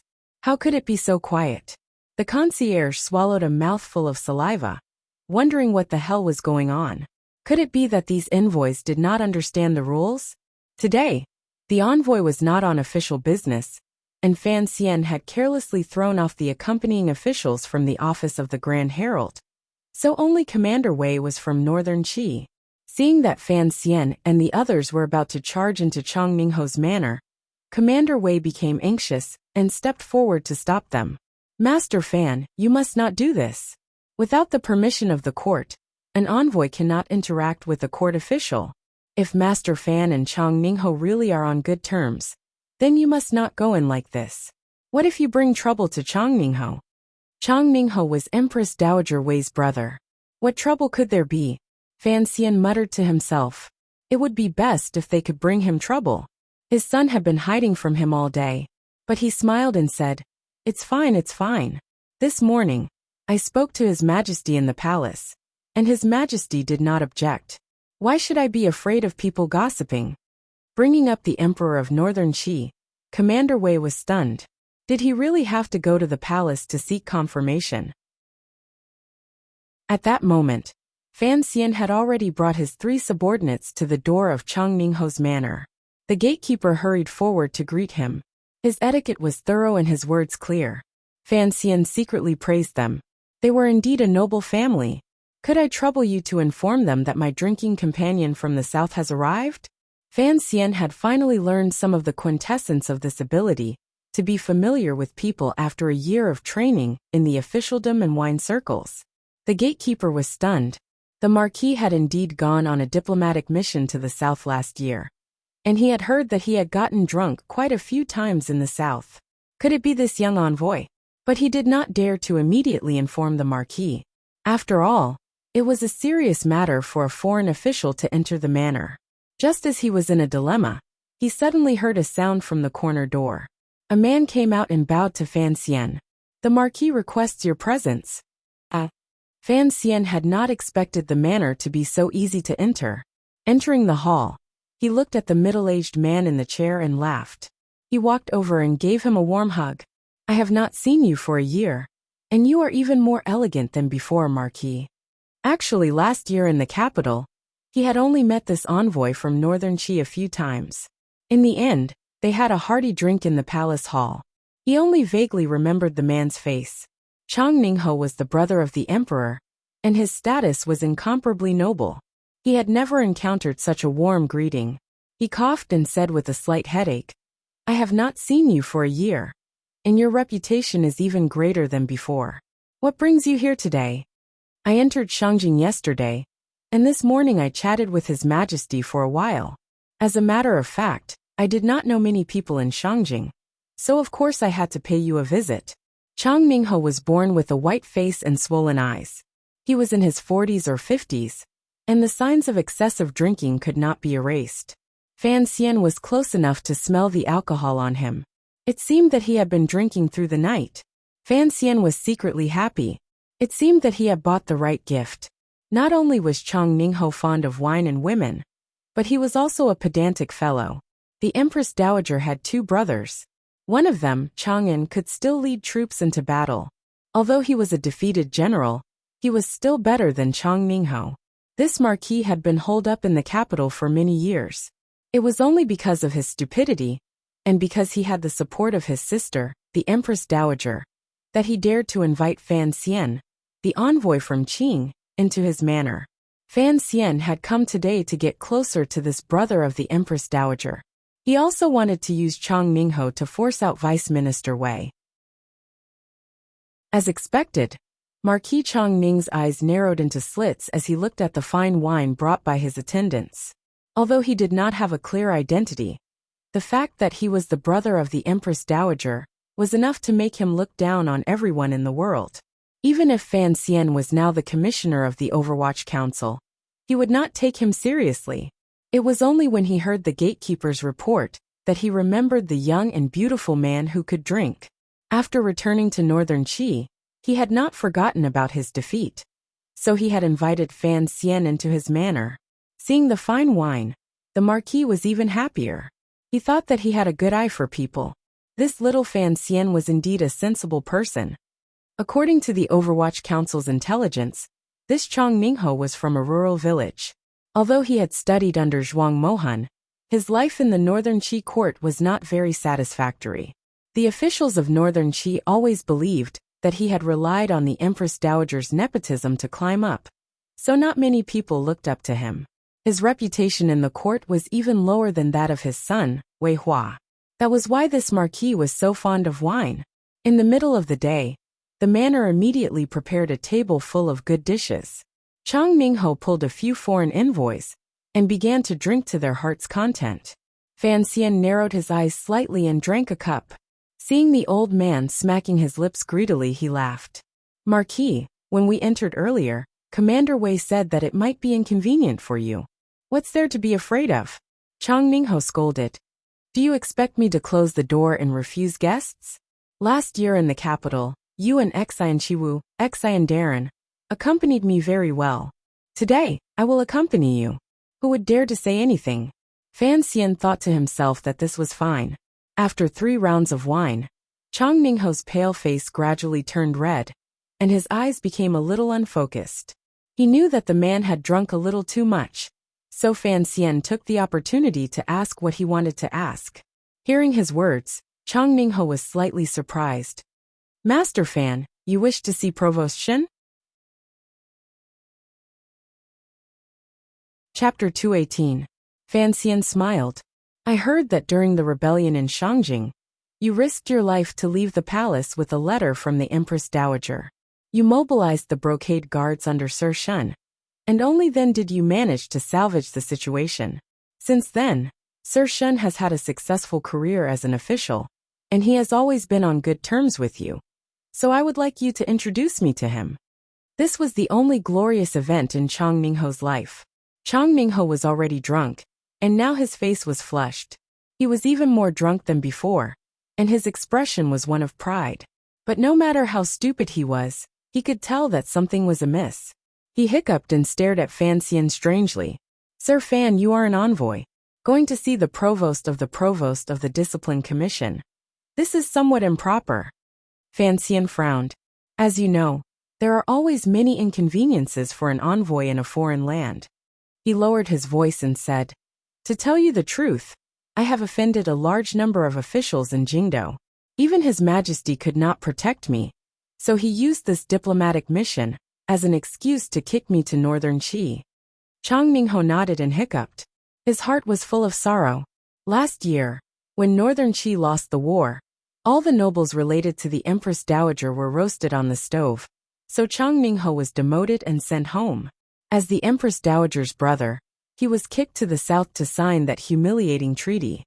Fan Xian's offending of a large number of civil officials in the south was truly shocking. The Prime Minister of the South had been removed, the Director of the Board of Rights had been hanged, and 16 high-ranking officials had been executed. The civil service case had caused such a ruckus that even the officials of Northern Qi knew about it. So Chang Mingho believed that Fan Xian was telling the truth. But why do you want to see the provost of the Discipline Commission? Chang Mingho was in a bit of a dilemma. He really did not know what this young official wanted. I want to get rich. Does Master Marquis want that? Hearing the word get rich, Chang Ningho was immediately interested. Business. Fan Xian filled Master Ho's cup.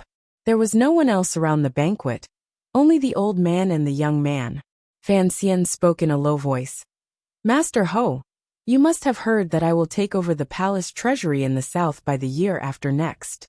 At least 40% of the treasury's business is sent to the north. So I must build a good relationship with the Discipline Commission. Otherwise, how can I ensure my safety along the way? Chang Ningho looked at him, his heart filled with shock. He instinctively shouted, You're trying to smuggle. Fan Xian raised his index finger to his lips and smiled.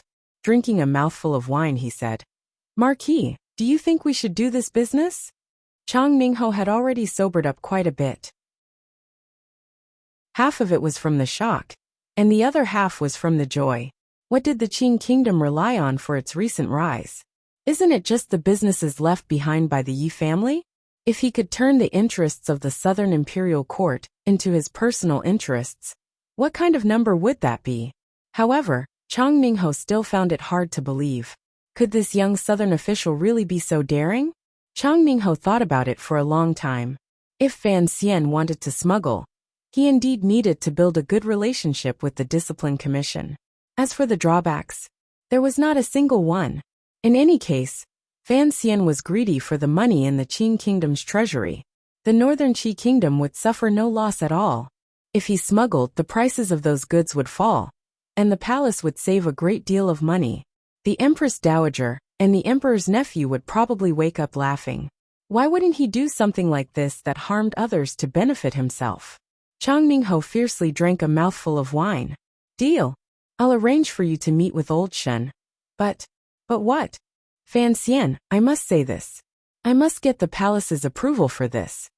That won't do, Fan Xian said resolutely and decisively. I have already said enough today. Originally, it was just the three of us getting rich. If the Marquis plays this game, then wouldn't my head be tied to the belt of the Northern Qi court? Chang Ningho knew that Fan Xian's words were reasonable, but he still smiled bitterly.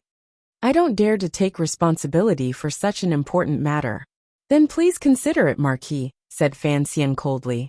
Fan Xian said coldly, However, this matter involves the lives of my family, so the Marquis' mouth must be sealed. A vicious look suddenly flashed in Fan Xian's eyes. Chang Ningho saw this look, but the Marquis was not afraid at all.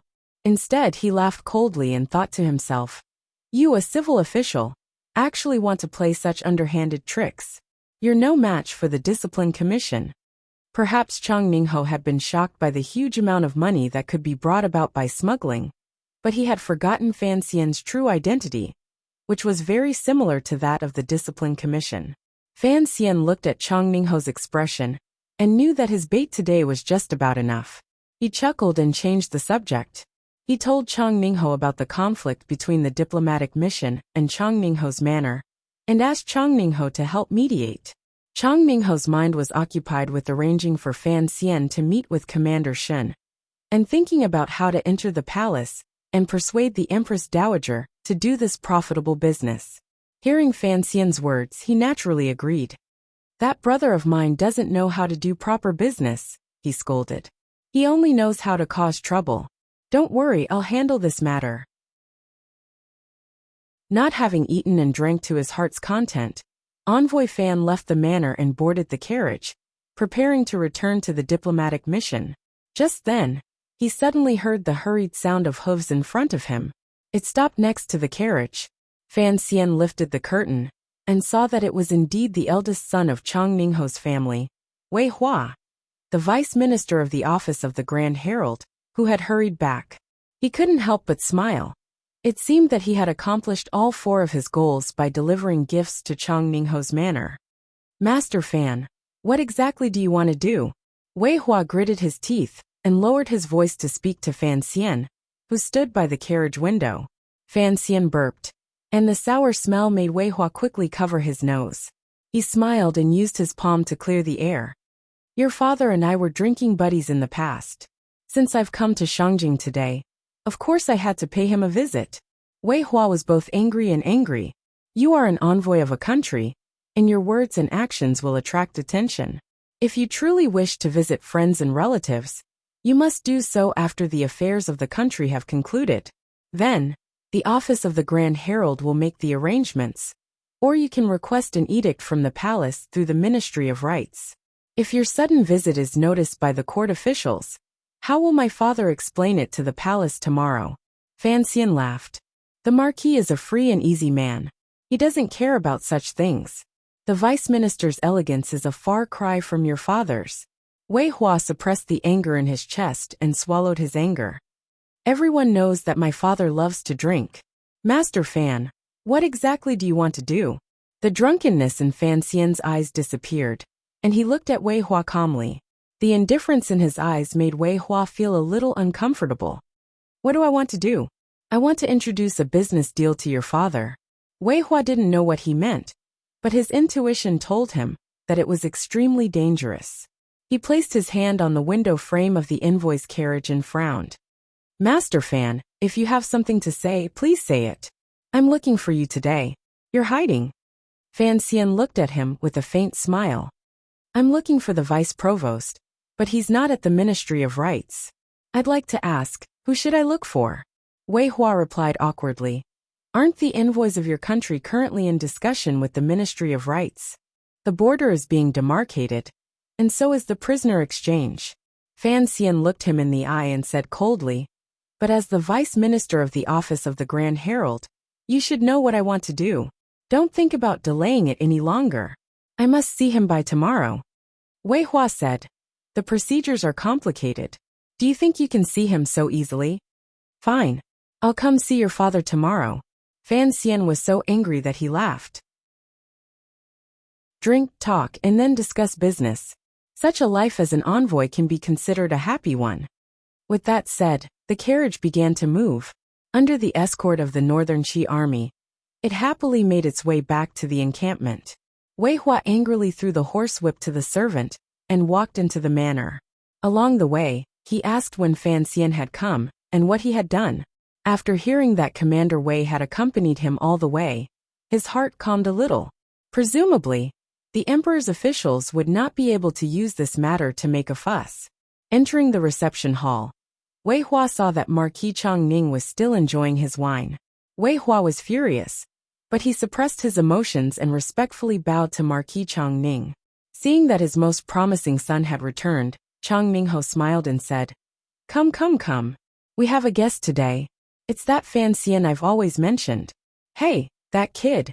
He actually managed to get 2 jars of the liquor from the Xiushui Street store. Wei Hua finally couldn't take it anymore.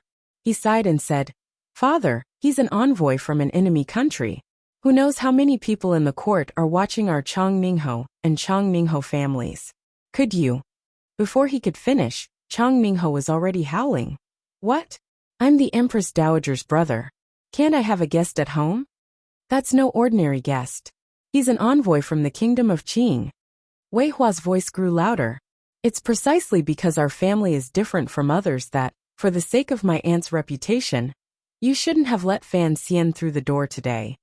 For some reason, as soon as Wei Hua became fierce, Chongmingho softened. He hugged his wine cup, his face full of misery, and said with a sobbing tone, What face? From the day your aunt entered the palace, your father, I, have lost all face. Who am I? I'm Zhuang Mohan's student. But in the eyes of others, what am I? Look at all the years I've been in the capital. Which official in the court was willing to visit me? Those who came to visit me were all those shameless things. I'm sick of them. Chapter 219. It wasn't easy for an envoy to visit me, Chongmingho said in a trembling voice. Son, don't be fooled by the fact that I am the Empress Dowager's brother. But that is Fan Xian, the immortal poet Fan Xian. I am proud of him. Wei Hua's heart gradually grew sour.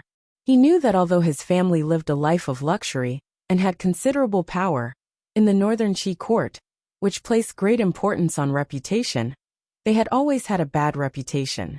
He had endured to the position of Vice Minister of the Office of the Grand Herald and had finally silenced some of the petty people. But there were still people who believed that this was a gift from the palace to the Empress Dowager's relatives. He sighed. He knew that his father had studied under Zhuang Mohan and was prepared to help the world. But because of his aunt, he could only be an idle marquis. These many years of depression could be washed away with a cup of wine. So he didn't say anything more. But thinking of what Fan Xian had said before he left, he was still a little afraid. Fan Xian said he wanted to do business with you? He is the commissioner of the Overwatch Council. What business can he do? And what business does he have that requires your presence? Chang Mingho replied, I am just a middleman. The person he really needs is Sir Shen. Uncle Shen? Correct. Fan Xian's father is the Minister of Revenue, and he has the status of a fake princess consort. In the future, he will be in charge of the eldest princess palace treasury business. It seems that he intends to do something. If I don't have your Uncle Shen's protection and escort, I won't be able to do this shady business for long. Wei Hua was just as shocked as his father when he first heard this news. His jaw dropped. Is he planning to smuggle? This is a trap. This was Wei Hua's first reaction. He has no need to threaten me. Chang Mingho shook his head in disagreement. Wei Hua grew anxious.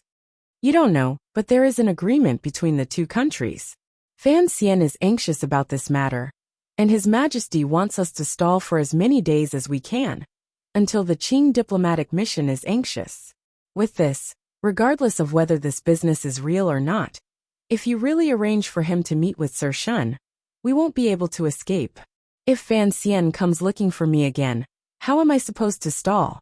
Do we have to stall because His Majesty says so? Chang Mingho looked at his son. In any case, that person is going to be released.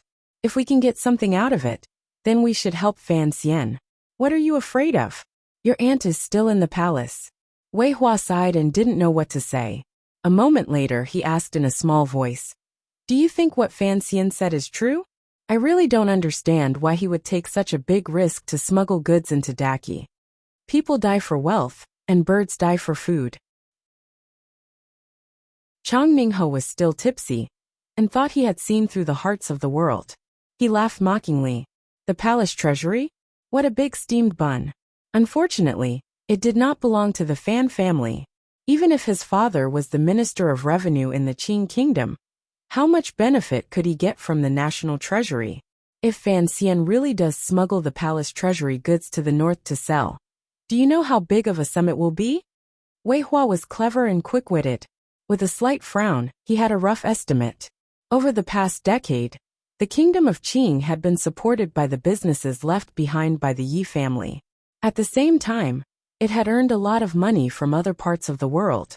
If Fan Xian really did have the ability to do such a thing, then the profits that could be made from it would be terrifying. Fan Xian embezzled this kind of money? Wei Hua seemed to have a hard time connecting the legendary Fan Xian with this kind of corrupt person he had just heard. Chang Mingho tilted his face and poured himself another cup of strong wine. He belched. What do you think? You know, poets also have to eat. Having said this once great scholar of Northern Qi, now a vermin of Northern Qi, lay down on the table and fell into a deep sleep. His body was covered in wine, and there was an unpleasant smell. In the carriage, Wang Qinian looked at Ling Jing, who was pretending to be asleep, and gave Fan Xian a look of disapproval. It seemed that the commissioner should not be so bold as to talk about smuggling in front of a court official. Fan Xian laughed. You don't really believe it, do you? Wang Qinian really did believe it, and so did Gouda. If anyone could completely control the palace treasury, they could sell those glass jars for countless times the profit. How could they not be tempted? Fan Xian was not tempted, because to the eldest princess, the palace treasury belonged to the court. And to Fan Xian, the palace treasury belonged to the Yi family. It was his. At least one day, it would completely become his. Stealing his own goods and selling them to the north for a low price? Only an idiot would do such a thing. But the problem was that no one knew Fan Xian's true thoughts. No one knew the historical connection between Fan Xian and the so-called royal merchant of the palace treasury. So everyone who heard Fan Xian's plan thought that the son of the Fan family really wanted to dig out a gold mine that belonged to him alone from the Golden Mountain, that was the palace treasury. Fan Xian did not want to dig at all. He just wanted to enclose the entire mountain. Don't pretend to be asleep. Fan Xian yawned, feeling a little tired. Next to him, Ling Jing opened his eyes awkwardly and looked at Fan Xian with some fear. Although he was the deputy, the young official in front of him was not only the head envoy, but also the commissioner of that terrifying yamen of the Overwatch Council. Fan Xian did not shy away from talking about illegal business in front of him. It was hard to say that he would not cause an accident on his way back home. Fan Xian looked at him amused. He patted him on the shoulder. Are you stupid? I'm saying it in front of you, because I'm not afraid of you knowing. When you go back tonight, write something down and send it back to the capital. Don't worry, the court will understand what I mean. Even if the court didn't understand, as long as the emperor did. Ling Jing forced himself to believe that the young man in front of him would not become the most corrupt official in the history of the kingdom of Qing. He swallowed to moisten his dry throat. Sir, why did you come to Chongmingho's manor today? First, to build a good relationship with the Empress Dowager of Northern Qi. It seems that the Emperor of Northern Qi is taking care of the diplomatic mission. Fan Xian lowered his head and closed his eyes, feeling sleepy. At the same time, let Chongmingho deal with the matter at the entrance of the diplomatic mission. After all, he beat up the precious brat of the Marquis of Northern Qi. It has to be dealt with. Hearing the words precious brat, Wang Qinian and Gao De smiled at the same time.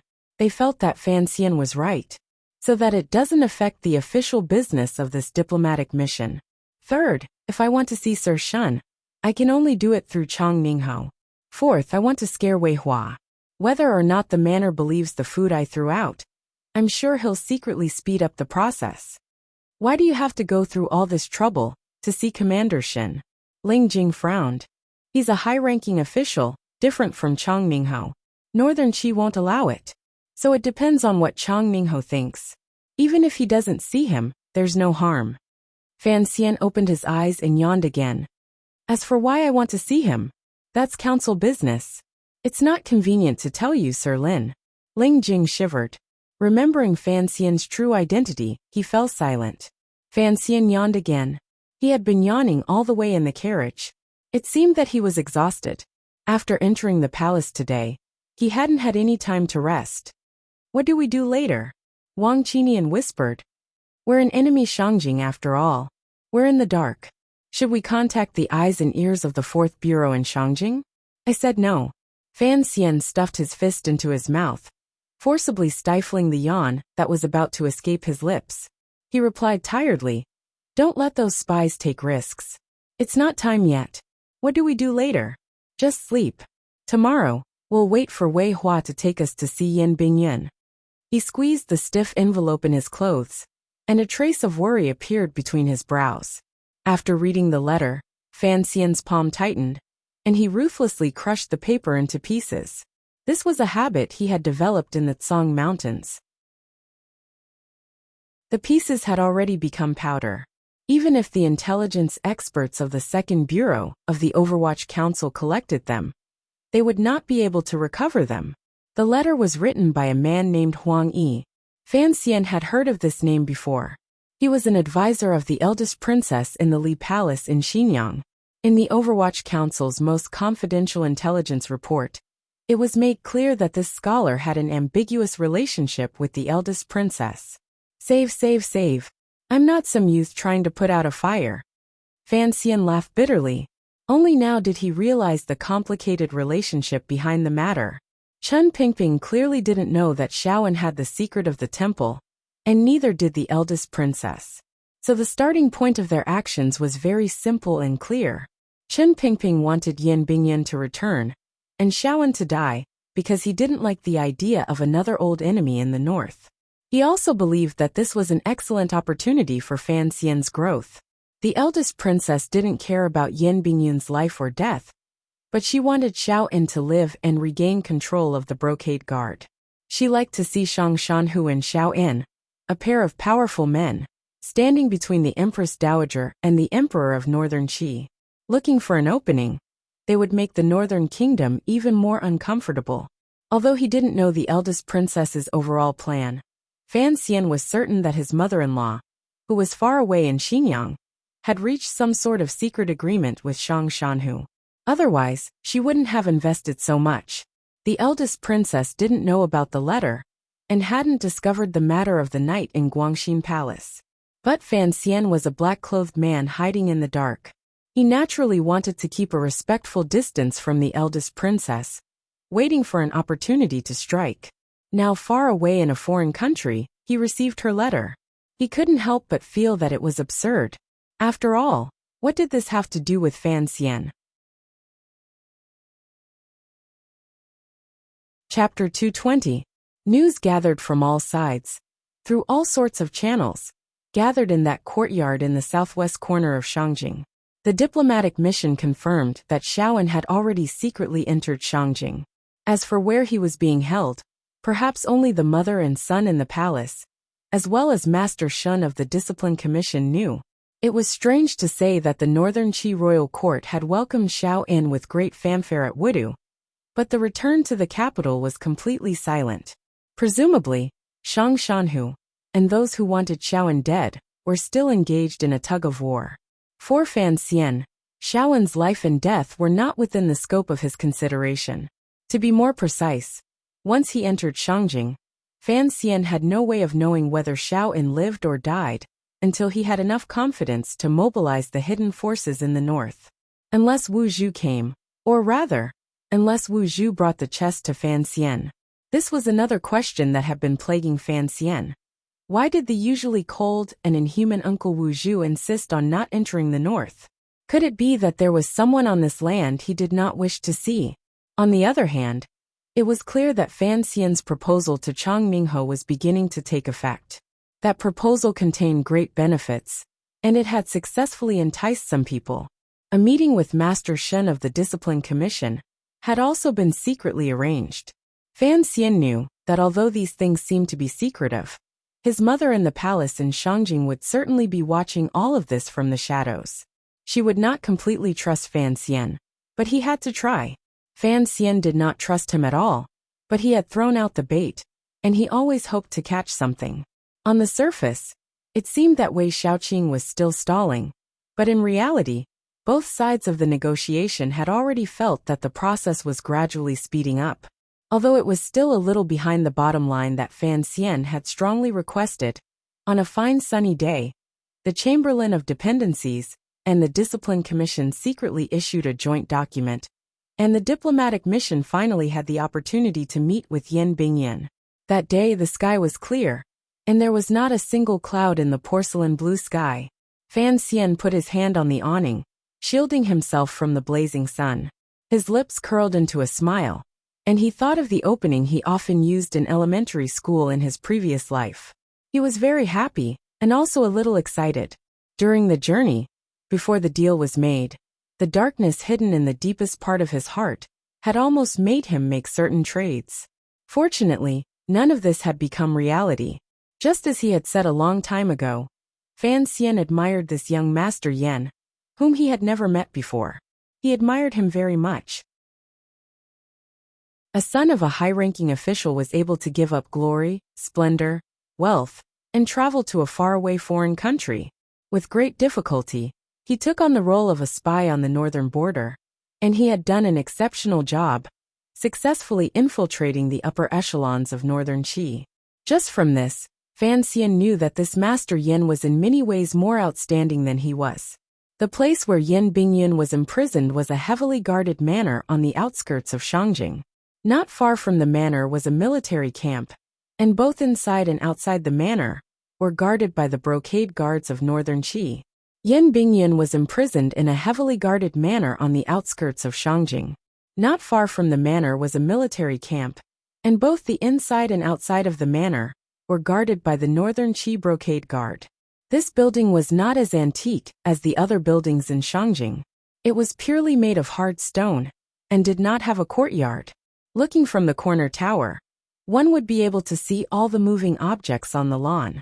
It was really a good place to imprison people. Today, Fan Xian had only brought Wang Qinian to visit Yan Bingyan. Gao De belonged to the Tiger Guards, and Lin Jing and Lin Wen belonged to the office of the Grand Herald. They had little to do with the affairs of the Overwatch Council, so it was not convenient for them to come. Wei Hua spoke to Fan Xian calmly. "Master Fan, look at this place. The birds are singing, the flowers are fragrant, the grass is flat, and the wind is soft. Our court treats your people well, doesn't it? Fan Xian's expression was even colder than his. Even if it's a paradise, after living here for a long time, it's still just a prison. The vice provost of the brocade guard spoke. Even if it's a prison, it's still much more comfortable than the dungeons of the Overwatch Council. This high-ranking official of the brocade guard thought of the wretched state the old man had been in when his subordinates had picked up Xiao In at the border. Fan Xian frowned. He hated this vice provost the most. After the diplomatic mission entered the capital, he should have been the one to liaise with the two sides. Who knew that he would go into hiding? Fan Xian still had not figured out the official positions in northern Qi. He was clearly a member of the brocade guard. So why was the leader called the provost of the discipline commission, while his subordinate spy was called the provost? When he first heard this name, he almost thought that he was from the military. What's the point of talking so much? I want to go in and see someone. Fan Xian looked at the provost coldly. Xiaowen had suffered in the south for 20 years, but after Yen Bingyan had been captured, who knew how much torture he had endured? It was already not easy for him to live this long. Before meeting Yen Bingyan, Fan Xian had already imagined many scenes. For example, Yen Bingyan would be hung on a rack, his skin split open, his fingers pierced by 10 steel needles, his toenails stripped bare, revealing the tender flesh underneath, his smooth skin scorched by a soldering iron, and even his youthful gums had already entered the stage of old age, completely bald. Of course, this was the worst possible scenario. Fan Xian had also imagined that Yen Bingyan might be sitting on a soft couch, surrounded by brocade quilts, with 4 or 5 northern Qi beauties, with bare legs and half-exposed breasts surrounding him, feeding him grapes. The grape juice dripped onto Yen Bingyan's extremely supple chest, and the beauties next to him carefully dabbed it with a soft towel. Of course, this was the worst possible scenario. There was also a strange imagination that lingered in Fan Xian's mind. Perhaps when he first met Yen Bingyan, he would pounce on him like a wounded tiger, ready to tear him to pieces, snot and tears running down his face, as he complained that the people in the council had not cared about his life, and that the people of the motherland had come too late. Of course, this was the least likely scenario, but no matter how he imagined it, when Fan Xian walked into the room, he still felt that the human imagination was quite lacking, and that his own was not that strong either. He looked at the young man sitting on the chair, and opened his mouth slightly in shock. He had not expected Yen Bingyan's current situation to be like this. Vice Minister Wei and the Vice Provost clearly had not expected this either, and they opened their mouths to cry out in surprise. The room was decorated simply and elegantly. There was a large bed, a desk, and a few other everyday furnishings. It did not look like a torture chamber, but more like a home. Fan Xian did not know if Northern Qi knew he was coming, and had arranged this at the last minute. His eyes were only fixed on the chair. Sitting on the chair was a young man with a cold expression. This young man was extremely handsome, with thin lips and sharp eyebrows. In terms of physiognomy, he was an extremely fickle person. To everyone's surprise, there was a young lady lying on the young man's lap. The young lady's soft sobs echoed in the quiet room. Fan Xian finally closed his astonished mouth tightly, but his heart was a mess. He smiled bitterly as he thought about how he and his entourage had been so worried about the head spy of the Qing kingdom. How could they have known that in this cell, there would be a romantic drama, and not the scene of 007 being tortured as he had imagined? The young man on the chair was Yen Bingyan. When he noticed that a few people had walked in from outside, and that 2 of them were wearing Qing official robes, he frowned. Just like that, a cold aura began to permeate the room. This coldness even startled the sobbing girl lying on Yen Bingyan's lap. The girl raised her head in surprise, and looked back at the people at the door. Only now did Fan Xian realize that the girl had delicate features, and there was a sense of gentleness between her brows. Presumably, she was the daughter of a wealthy family, but he did not know how she had come to be in such a heavily guarded cell. Miss Shun. Wei Hua was shocked and yelled, "Guards! Escort the young lady out." Shen? Fan Xian frowned again. feeling that things were getting more and more interesting. A few brocade guards rushed in from outside the door. Wei Hua's face was ashen as he scolded. "What are you doing? How could you let Miss Shen come to such a dangerous place?" The vice provost's face was also full of anger, and he slapped them across the face. After a few slaps, the brocade guards responsible for guarding the important criminals covered their faces and walked to Miss Shen's side, not daring to reach out. "Miss Shen, if you still don't leave, don't blame me for being rough." The vice provost bowed to Miss Shen. Wei Hua also walked to her side and advised gently, "Little sister Shen, it's better to return. Otherwise, if Uncle Shen finds out about this matter, he won't beat you to death." Fan Xian's gaze did not meet Yin Bingyun's. He only quietly looked at the girl on Yin Bingyun's knees. This girl's surname was Shen, and to be able to enter the manor that was heavily guarded by the Northern Qi brocade guards, there was no need to ask. She had to be the young lady of Sir Shen's family. But he did not know what relationship this Miss Shen had with Yin Bingyan. Fan Xian smiled bitterly and thought to himself, could it be that our great master Yen is using a honey trap? Miss Shen quietly stood up and looked at Yin Bingyan, who had not said a word. A crazy and vicious hatred slowly appeared in her gentle eyes. Biting her lip, she said word by word, "I only want you to tell me one thing. Which of what you said before was true?" Yin Bingyan tilted his head slightly and looked back with his emotionless eyes. Quietly he said, "I am an employee of the 4th Bureau of the Qing Overwatch Council. Miss Shen should know very well that none of what I said was true." Wei Hua glanced at Fan Xian, who had been watching coldly from the side, afraid that if the young lady continued to speak, these southern officials would laugh at her. He quickly ordered people to drag Miss Shen out. Miss Shen coldly shook off the hands of the brocade guards. Looking at Yin Bingyan, who remained unmoving in his chair, she said miserably, Good. What a sentimental Yin Bingyan." Chapter 221. What a sentimental Yin Bingyan. These earnest words were filled with heartbreak and despair. Even Fan Xian, who had a heart of steel, could not help but sigh when he heard this. Wei Hua's face was filled with rage. He looked at Yin Bingyan, who was sitting calmly in his chair, as if he wanted to immediately tear this enemy spy to pieces. Following a series of barely audible sobs, Miss Shen was finally invited out of the manor's cell. Fan Xian sighed again. What a sentimental woman. Even though he said this, he had many doubts in his heart. Even if that young lady was the daughter of Shen Zhong, the head of the brocade guard in Northern Qi, and even if Yin Bingyan had some sort of emotional entanglement with her during his years in Northern Qi. Who was Yin Bingyan?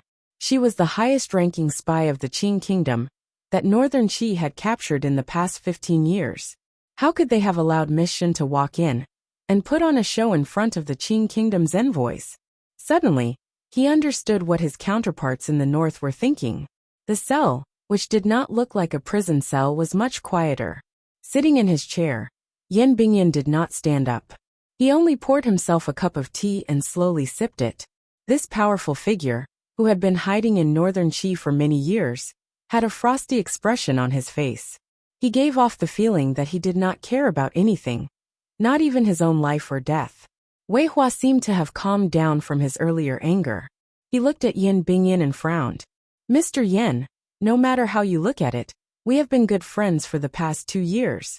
We all serve our respective countries, and this is not a big deal.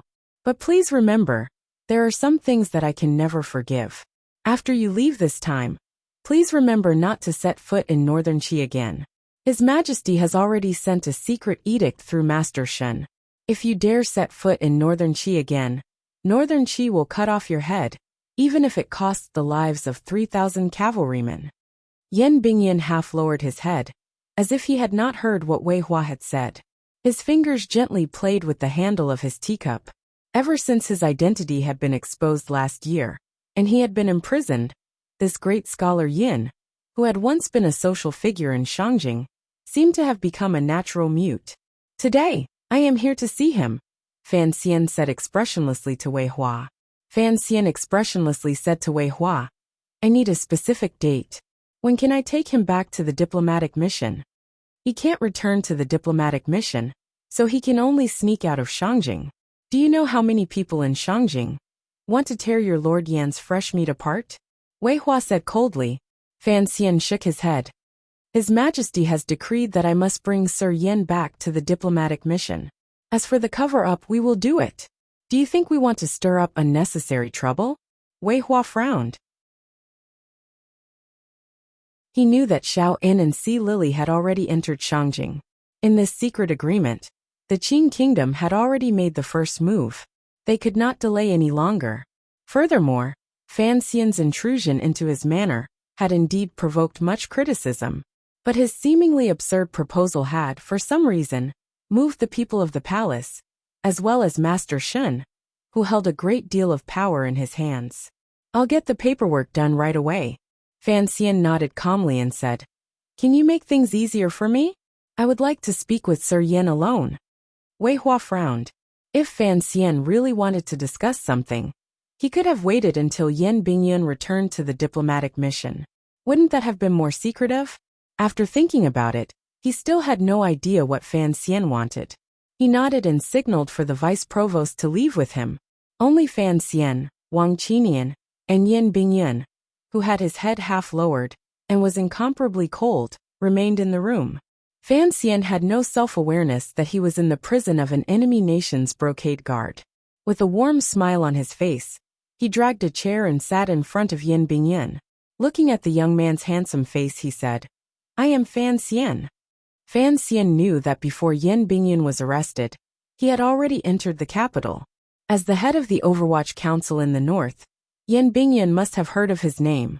As expected, after hearing Fan Xian's name, Yan Bingyun's fingers slowly left the slippery handle of the teacup. He raised his head and looked at Fan Xian, but his eyes were full of mockery and disdain, which surprised Fan Xian. Fan Xian? The illegitimate son of the Minister of Revenue, Fan Jian. He grew up in Danzhou, likes to drink, has no talent, that's all. Yan Bingyun spoke again.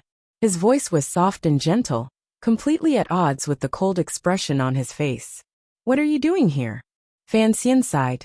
I say, Sir Yan, you've been locked up for over half a year. The world has changed a lot. First of all, my father has become the Minister of Revenue. Secondly, the untalented me is now the head envoy of the diplomatic mission. My main purpose in coming to Northern Qi is to bring you back home. For some reason, Yan Bingyun seemed to loathe the name Fan Xian. Fan Xian didn't understand why. Bring me back home? Yan Bingyun slowly raised his head again. He was only in his 20s, but his eyebrows were already mixed with a few strands of silver, giving him a strange appearance. Who are you? Why should I believe you? I am Fan Xian, the commissioner of the Overwatch Council. Fan Xian knew that as the head of the Secret Service, Yan Bingyun would be very careful. Yan Bingyun must still be wondering whether or not Fan Xian was a Qi spy. So he took the token from his waist and waved it in front of Yan Bingyun's eyes. Yan Bingyun's eyes swept over the wooden token, and he frowned. He knew that this token was extremely difficult to forge, but he still couldn't believe that this man in front of him, who was even younger than him, had become the commissioner of the council. The commissioner was a transcendent existence under the director. The 8 bureaus were not under his jurisdiction, but in reality, they were all restricted by him. And during this half a year of imprisonment, Yan Bingyun had long since sealed off his mind. He wouldn't believe anything that seemed unreasonable. He didn't dare take any risks, because any information he revealed could completely destroy Qing's spy network in Northern Qi. This was a serious matter, and he had to be careful. Wang Qinian, who had been silent all this time, stepped forward and said quietly, Sir Yan, Sir Fan is the newly appointed commissioner. He came north specifically to rescue you from prison. Yan Bingyun looked at Wang Qinian coldly. You are Sir Wang of the First Bureau? That's right. Facing Yan Bingyun, who had been sitting peacefully on the chair, Wang Qinian did not know why he felt a little nervous. When he thought about how Yan Bingyun had already been locked up for half a year, Wang Qinian did not know whether to admire or pity him. I don't need you to confirm my identity. Fan Xian gently patted Yan Bingyun on the shoulder and smiled. This matter is almost over. You can keep quiet and follow the diplomatic mission back home. Don't speak until you see Chen Pingping or your father. I think that will make you feel more at ease. Hearing this, Yan Bingyan frowned. He knew that this could not be a scheme of Northern Qi. But Fan Xian saw something strange in Yan Bingyan's frown. His face grew cold, and he carefully reached out to Yan Bingyan's collar. Yan Bingyan raised his head and looked at him. There was a hint of ridicule in his cold eyes. You want to see? He asked softly. Yes. Fan Xian calmly grunted. Then he slowly pulled open Yan Bingyan's white robe. The robe was as plain as the clouds and as white as snow. As the cloth separated from Yan Bingyan's body, there was a very faint tearing sound. Yan Bingyan's expression didn't change. Not even his eyebrows twitched. Fan Xian's expression grew unsightly. Underneath the white robe was the horrifying skin on Yan Bingyan's neck. It was covered in red and purple scars. Clearly they were new flesh. It seemed that he had been resting for a long time to recover to his present state. There were so many wounds on his neck alone. One could only imagine what kind of torture Yan Bingyan had endured under the cover of this loose white robe. Wang Qinian cursed a few times. Fan Xian's expression returned to normal. Looking at Yan Bingyan's cold face, he asked, How long has it been since you've been tortured? 3 months. Yan Bingyan replied with a smile. Yan Bingyan replied with a smile. It seemed that this body, which had suffered half a year of terrifying torture, was not his. Fan Xian carefully tidied up his collar and sighed. Northern Qi knew when we would arrive, so they stopped for 3 months. After 3 months, the wounds are still so terrible. Sir Yan, you have suffered. Yan Bingyan looked at him lightly. It seemed that he was not satisfied with the commissioner's words. It seems that your concern is unnecessary, he said coldly. Fan Xian was speechless. He didn't know what to say. He had only wanted to express his concern, but he had been ridiculed as not being professional enough. Before the agreement is confirmed, I won't say anything. Yan Bingyan looked into Fan Xian's eyes. I'm just curious. What method did the court use to rescue me from the hands of Northern Qi? Without waiting for Fan Xian and Wang Qinian to reply, Yan Bingyan took a deep breath. Don't tell me that the court would be stupid enough to trade the grasslands of Qianlong Bay for a useless person like me. Don't worry. Even if I was willing, His Majesty wouldn't be so stupid. Fan Xian shook his head helplessly. He explained the general contents of the agreement to Yan Bingyan. The room suddenly sank into a strange silence. Yan Bingyan lowered his head and didn't speak for a long time. Fan Xian looked at him. Suddenly, he heard Yan Bingyan mutter to himself. Using Xiaoen to trade for me? Idiot. Yan Bingyan suddenly raised his head and stared at Fan Xian with a mocking and angry gaze. But he still calmly suppressed his voice to a whisper. Chapter 222. Yan Bingyan, who had always maintained an inhuman calmness, was indeed an excellent spy. But the fury he had exploded in that instant was proof of his power and control, as the head of the Qing Kingdom's spies in Northern Qi. Faced with the flames of anger shooting out of the prisoner's eyes, even Fan Xian unconsciously wanted to dodge. Yan Bingyan's lips trembled. In a low voice, he spoke quickly, like an exploding firecracker. He moved closer to Fan Xian's ear. Is Xiaoen still under control? Fan Xian shook his head.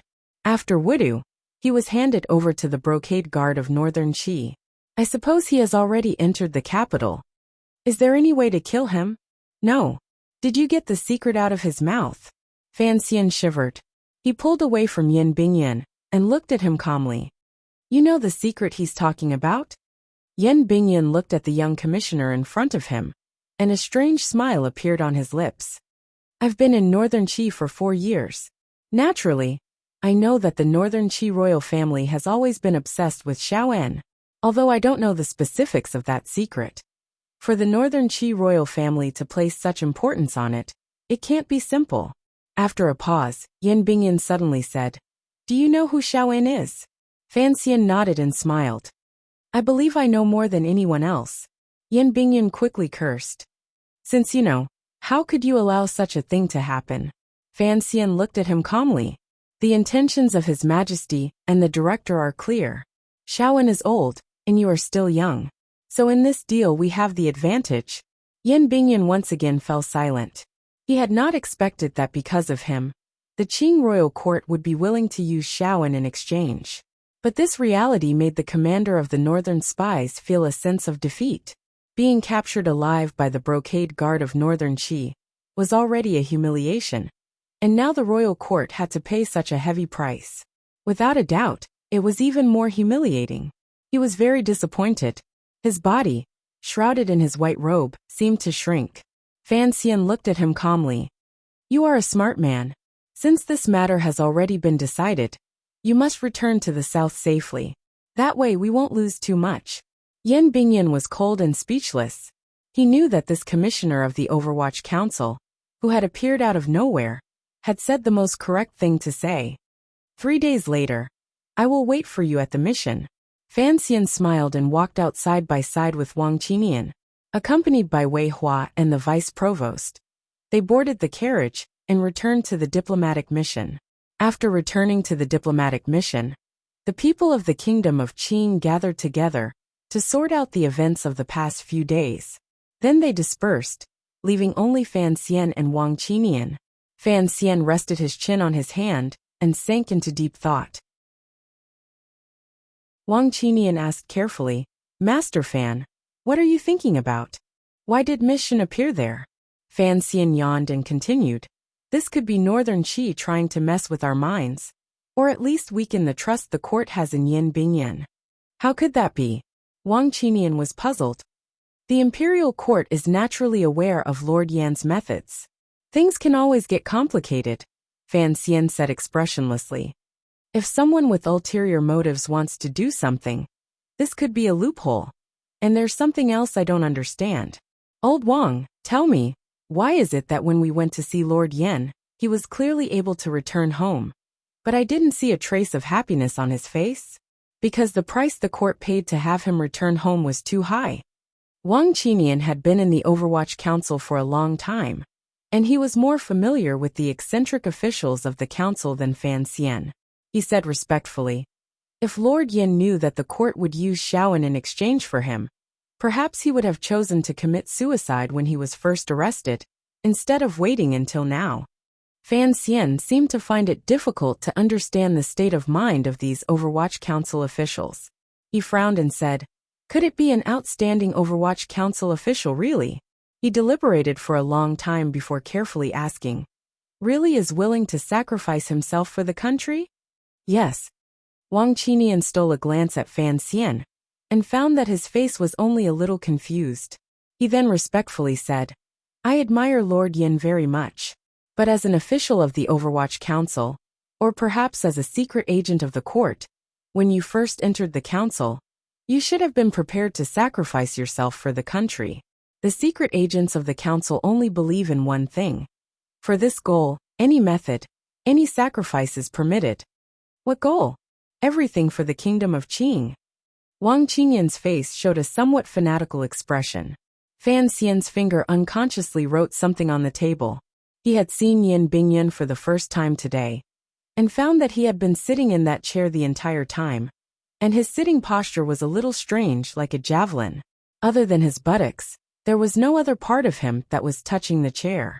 It wasn't until he left that Fan Xian realized that Yan Bingyan's feet were chained to the chair.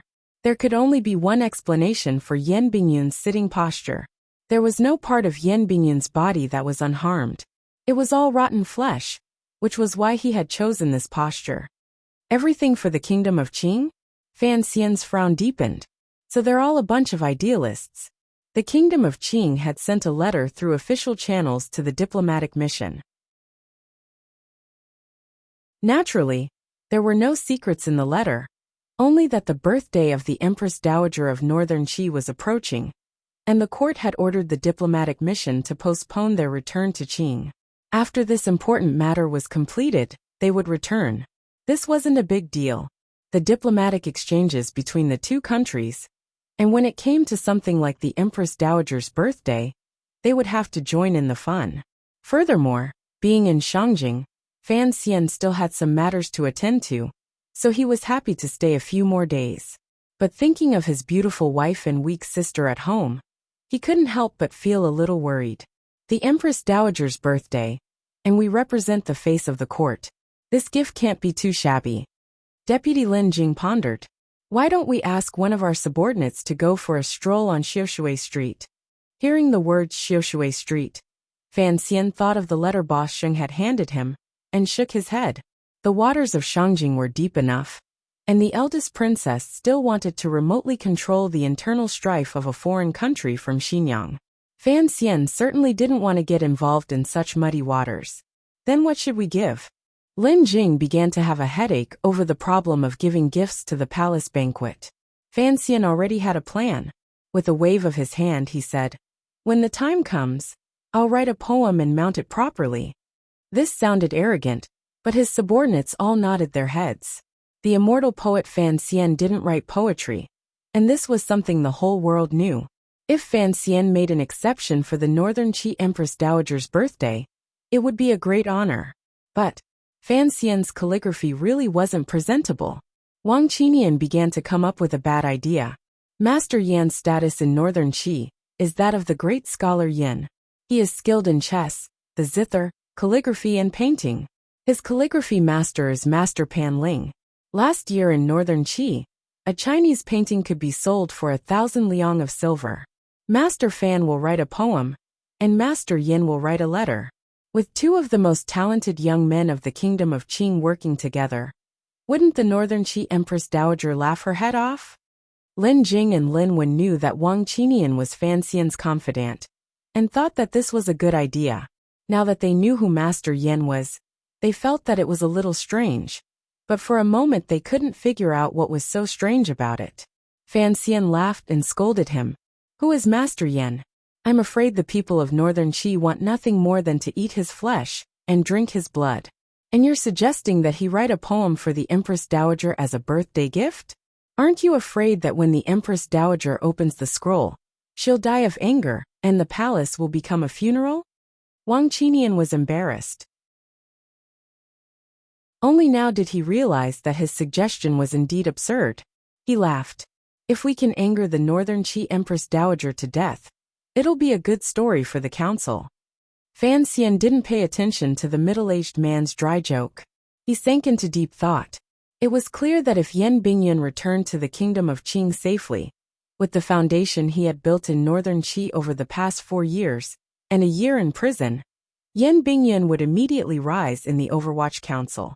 His father, Yan Ruahai, was the head of the 4th Bureau, and the 1st Bureau's position had always been vacant. Everyone in the council knew that Director Chen had left the position of head of the 1st Bureau for the imprisoned Yan Bingyun, and if nothing unexpected happened, Fan Xian would gradually begin to take over everything in the Overwatch Council. After Chen Pingping died, and Fan Xian knew that that day might be far away, or it might be very, very near. If Fan Xian wanted to firmly control the Overwatch Council in his hands, then the 8 bureaus were people he had to control. This was Fan Xian's greatest weakness. Other than the 3rd and 8th bureaus, he basically had no trusted aides in the Overwatch Council. He had originally thought that on this trip north, he could win Yan Bingyun's friendship, and thus gain the support of the 1st and 4th bureaus. Unexpectedly, upon seeing him for the first time, Fan Xian could clearly sense that Yan Bingyun seemed to have some faint hostility toward him. Why was this?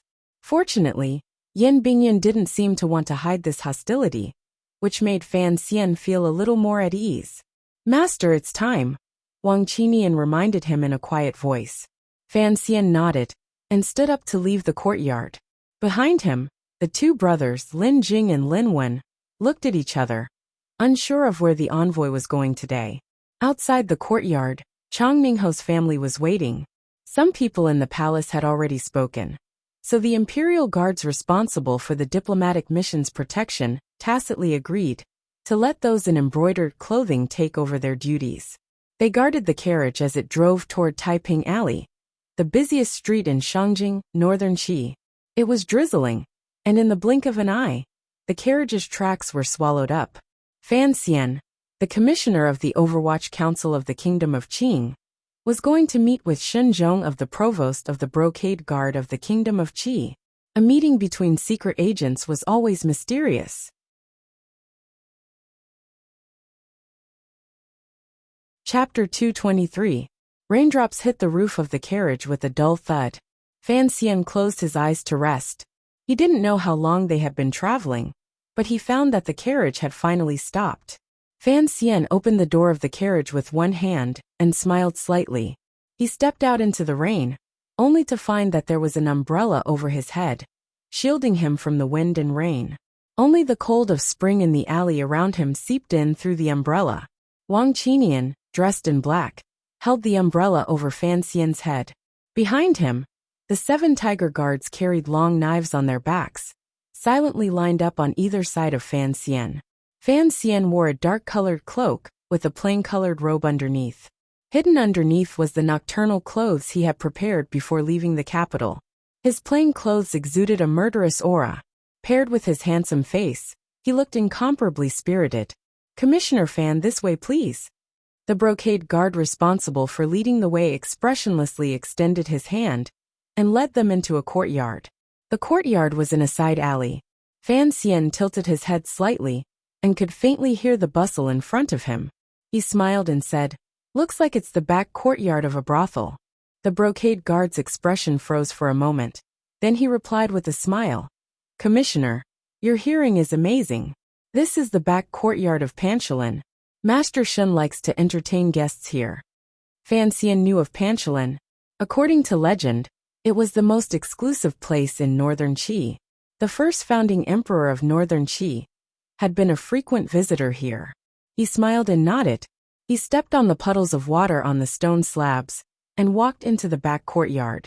The courtyard was filled with layers of bamboo and layers of fake mountains. Brocade guard spies could be seen everywhere. These people were clearly guards, and they did not deliberately hide themselves. Along the way, Wang Qinian held the umbrella, and the 7 tiger guards followed silently. With Fan Xian at the front, they walked coldly and confidently into the depths of the courtyard. Along the way, seeing this group of people from an enemy country in the south, the brocade guards could not help but be surprised. They were surprised at the other party's courage, and surprised at the youth of the important figure in front of them. With a swish, Wang Qinian closed the umbrella and silently retreated behind Fan Xian. Fan Xian held his hands behind his back and narrowed his eyes at the courtyard. The room was quite large, with a large round table in the middle. There was a large empty space around it, and all sorts of exquisite decorations. The round table was wide enough to seat 15 to 16 people, but there were only 2 people sitting at the moment. One of them was dressed like a rich man. He wore a silk hat and a jade ring on his finger. After this person saw Fan Xian come in, 2 unusual cold lights began to appear in his extremely ordinary eyes. He looked directly at Fan Xian's face. A moment later, he opened his mouth and said, "Commissioner Fan? I've heard a lot about you, and now that I've seen you today, you're indeed extraordinary." Fan Xian did not immediately respond to this polite greeting. Instead, he thought about it in his heart. All along the way, the Northern Qi Brocade Guard had addressed him by his official title of Commissioner. It seemed that this conversation was between the Overwatch Council and the Brocade Guard, and not a diplomatic negotiation between the royal court. He raised his right hand, and with 2 fingers undid the buckle at his neck, and the thin cloak slid down his back. Wang Qinian was already behind him. Fan Xian sat on the other side of the large round table and looked at the rich man across from him. He noticed that the man's eyebrows were very thick, so thick that they looked like they had been drawn on. He couldn't help but smile. "Master Shun, you look so cold to the world. Why are you so polite to me?" This was the provost of the Northern Qi Brocade Guard, Master Shenzhong. Shenzhong controlled countless brocade guards in the north, and was one of the most powerful figures in the world. Fan Xian had not expected him to look so ordinary. If it weren't for the extremely detailed records of this man in the Overwatch Council's files, Fan Xian would not have been able to recognize him. "I'm not being polite." Provost Shen sighed. Looking at Fan Xian's delicate face, he couldn't help but shake his head. "Master Fan, you are famous throughout the world for your poetry. I, as an uncouth old man, admire you greatly. I didn't expect to suddenly receive news in the last 2 months that Fan Xian, the immortal poet, has become the commissioner of the Overwatch Council. This I really don't understand. What is old Mr. Chen thinking?" How could someone like Master Fan live like rats in the sewers like us? Fan Xian chuckled. Master Shen, you are too modest. I have traveled thousands of miles to become an official for the sake of wealth. No matter what I do, first it is to benefit the court, and second, nothing more than to find a place for my family to live. These words were a bit blunt, and Xinzhong sighed in his heart. He couldn't help but look down on this colleague of his from the south. After all, he was a young man, and his words and actions were a bit crude. He really didn't know what Chun Pingping was thinking, and he didn't know why the terrifying Emperor of the South would agree to the Overwatch Council's seemingly absurd personnel arrangement.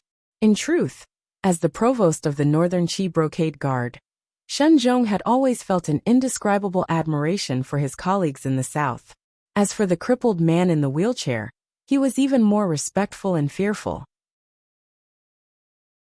He still couldn't understand how his counterparts in the South could obtain the Qing Emperor's complete trust, unlike him, who stood shakily in court, and didn't know which day he would be thrown away like a pair of broken shoes by the people in the palace. Shenzhong immediately came to his senses. He knew why Fan Xian, as the head of the envoy, had taken the risk of meeting him through Chang Ninghao. There was a huge profit to be made in this transaction. Shenzhong couldn't help but be tempted, and the palace couldn't help but be tempted. When it comes to things like gold and silver, no one would complain about having too much. Shenzhong suddenly smiled. It's just that I can't see how the provost can benefit from this.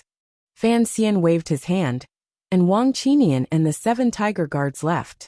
Shenzhong nodded, and the rest of the people in the hall also left. Fan Xian looked at the man sitting next to Shenzhong with some surprise. He was dressed luxuriously, but he didn't have the royal air that Fan Xian was familiar with. It seemed that he wasn't someone sent by the royal palace of Northern Qi to listen in. So why did he have the right to continue sitting here? This is Master Cui, Shenzhong introduced. Master Cui stood up and bowed to Fan Xian, but there was a hint of pride on his face. Fan Xian frowned. A man of the Qing kingdom? Shenzhong laughed heartily and said, I thought the two of you already knew each other. Commissioner Fan, this Master Cui is the second son of the Cui clan of the Qing kingdom. The Cui clan and the Fan clan have always been on par, and both are sons of noble families. Fan Xian frowned. Master Shen, what do you mean by this?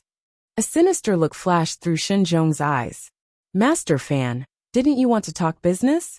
In fact, I've been doing this business for many years, so I want to know if Master Fan has any more benefits for me.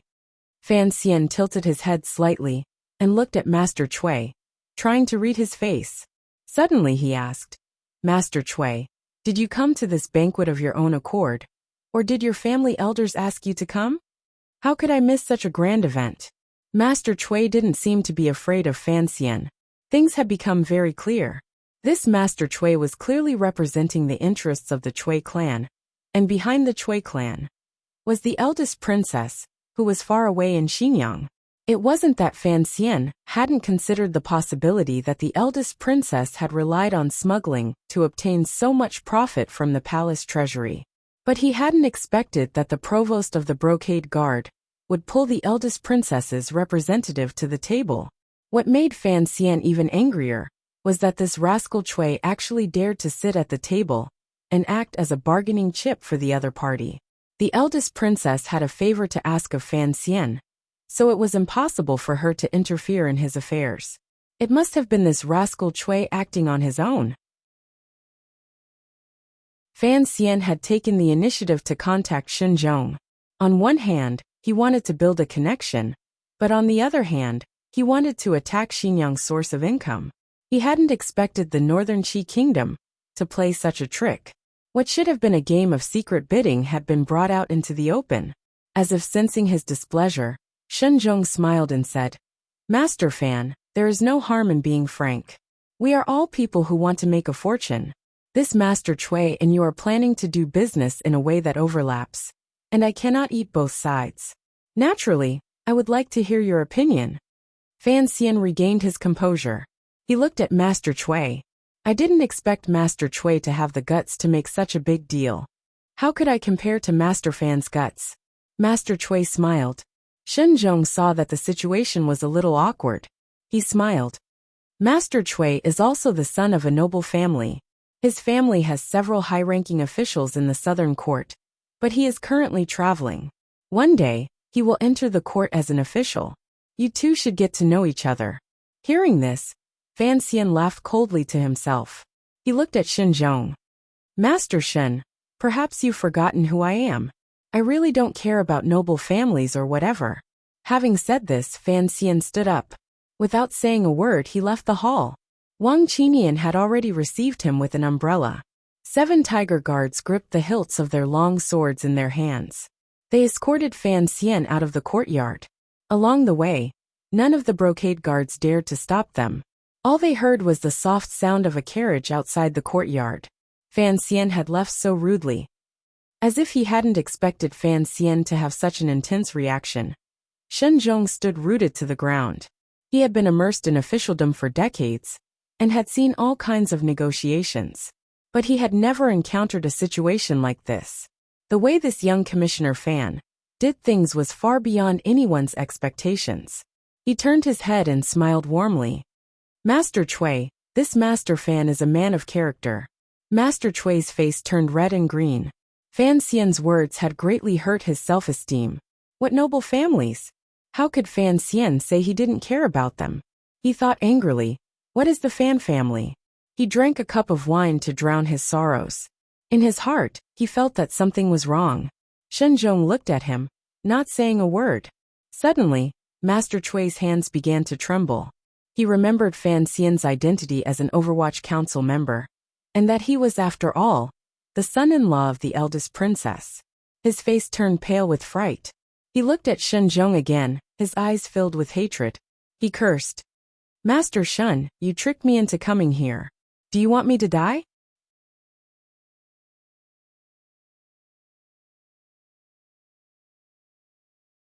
Chapter 224.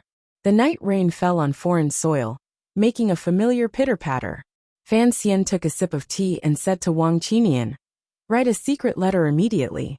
Have the council investigate the relationship between the Chui clan and Xinyang. Wang Qinian looked at him and said quietly, we cannot touch the eldest princess. Of course I know we cannot touch her.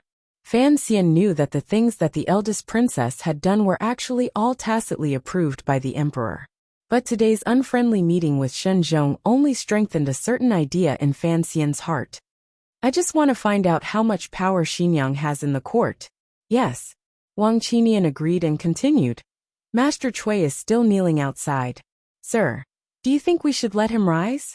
After all, the Chui clan is a large clan in the capital, and there are several high-ranking officials in the court. Fan Xian's eyes were fixed on the intelligence report sent by the council. He ignored Wang Qinian's words. The group of angels were in Shangjing, and before Yan Bingyan returned, Fan Xian did not dare to use the intelligence network in northern Qi. So his source of intelligence had shrunk, which made him very vexed. After a while, he seemed to hear what Wang Qinian said. He said quietly, let him kneel. As a citizen of Qing, he is being used by northern Qi. I will teach him a lesson on behalf of my mother-in-law. The rain gradually lessened, dripping down from the eaves. This courtyard was an old building, so the places where the rain fell had sunk slightly.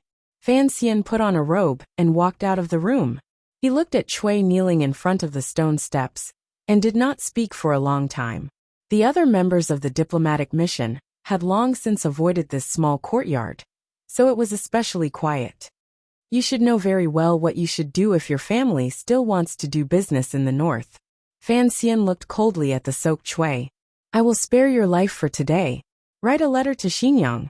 As for how the eldest princess will punish you, that is your business. But while I am in Shangjing, I do not wish to see you sitting with those people from northern Qi. Chui kowtowed heavily, burying his upper body in the puddles on the ground. He trembled and did not dare to speak. Let me remind you again, I am the commissioner of the Overwatch Council. Even if the eldest princess is protecting you, if I really want the Chui family to suffer, I have many ways to do so, Fan Xian said. Although this is a very vulgar threat, I think for a stupid person like you, if you don't make it clear, you will still be used as a knife by the northern Qi people next time. That would not be good. Master Cui was still kneeling miserably.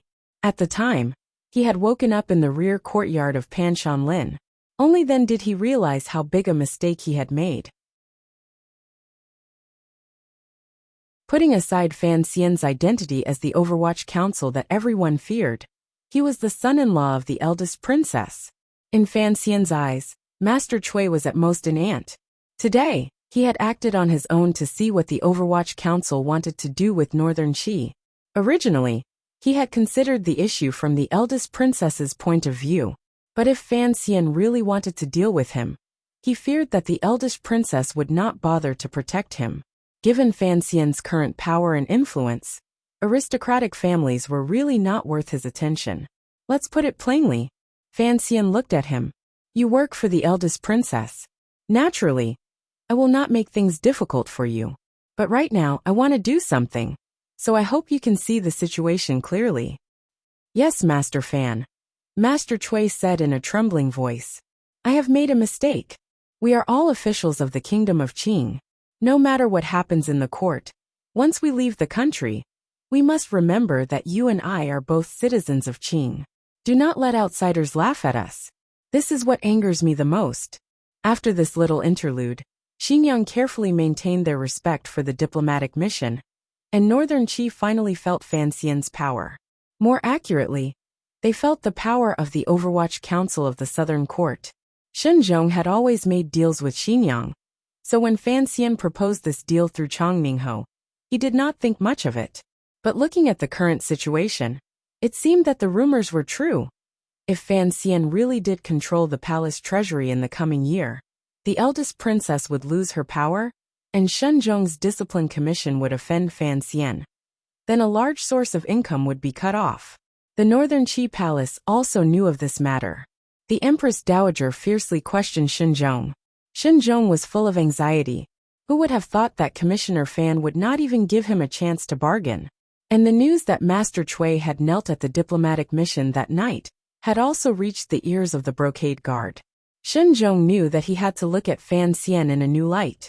But no one could have guessed that Fan Xian actually did not want to discuss the deal. A few times, Shenzhong sent people to invite Fan Xian, but Fan Xian coldly pushed them away, as if he did not want to talk. Sir, what exactly do you want? Wang Qinian was Fan Xian's most trusted confidant.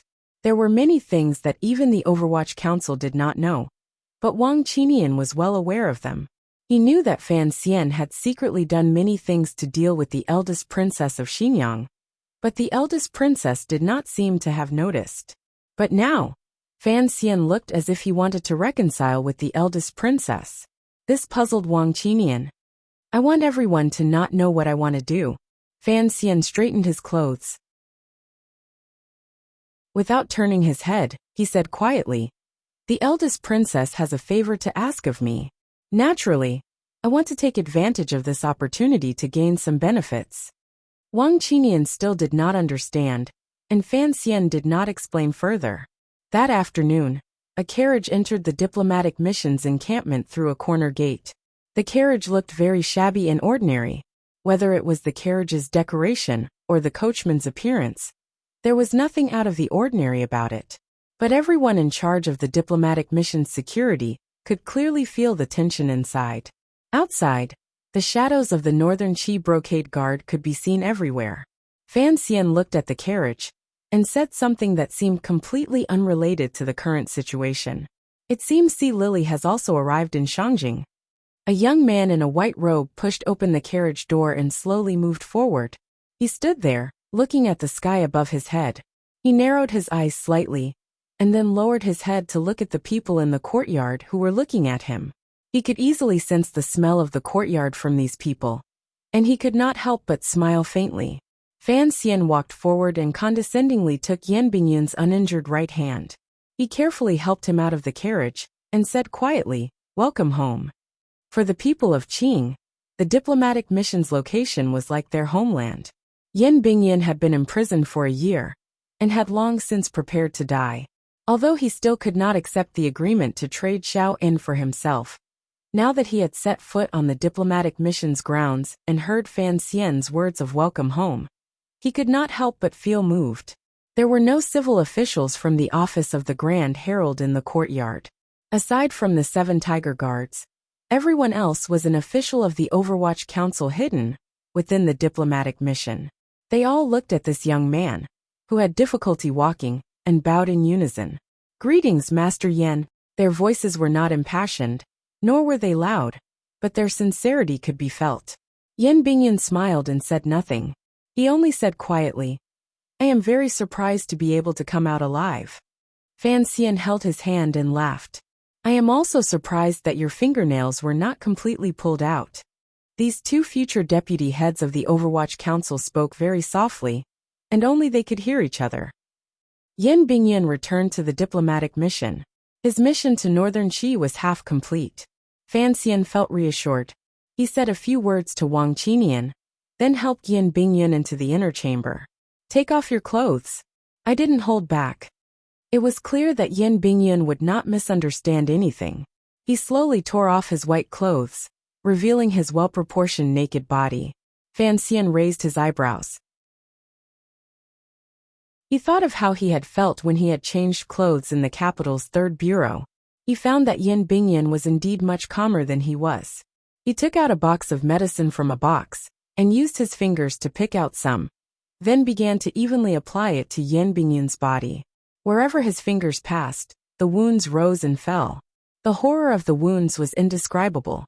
"I always thought you were just a lucky man," Yen Bingyan said coldly. "But for Commissioner Fan to be able to remain so calm after seeing my wounds, it seems that you are much stronger than I thought." Fan Xian's fingers stopped at the left side of Yen Bingyan's chest. The bones there had clearly been reattached after they had been broken. There was a large bulge, and on the outside was light red new skin. It looked very ugly. "That's because you don't understand how I grew up. I thought I understood it very well." Yen Bingyan looked into his eyes coldly. "Master Fan, I understand your life from the time you were born to the age of 12. Fan Xian tilted his head slightly and looked at him. He said nothing. Yen Bingyan sank into silence as well. It seemed he did not want to continue this topic. After a while he said, "Thank you, Master, for treating my wounds. But I think I should be better at making medicine than you are. In a moment, please allow me to write down a prescription and have the diplomatic mission help me get a few doses of medicine." Fan Xian ignored him.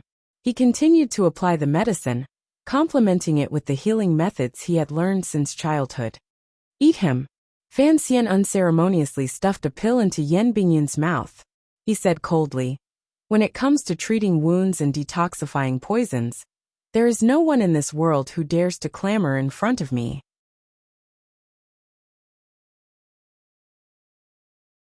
Chapter 225.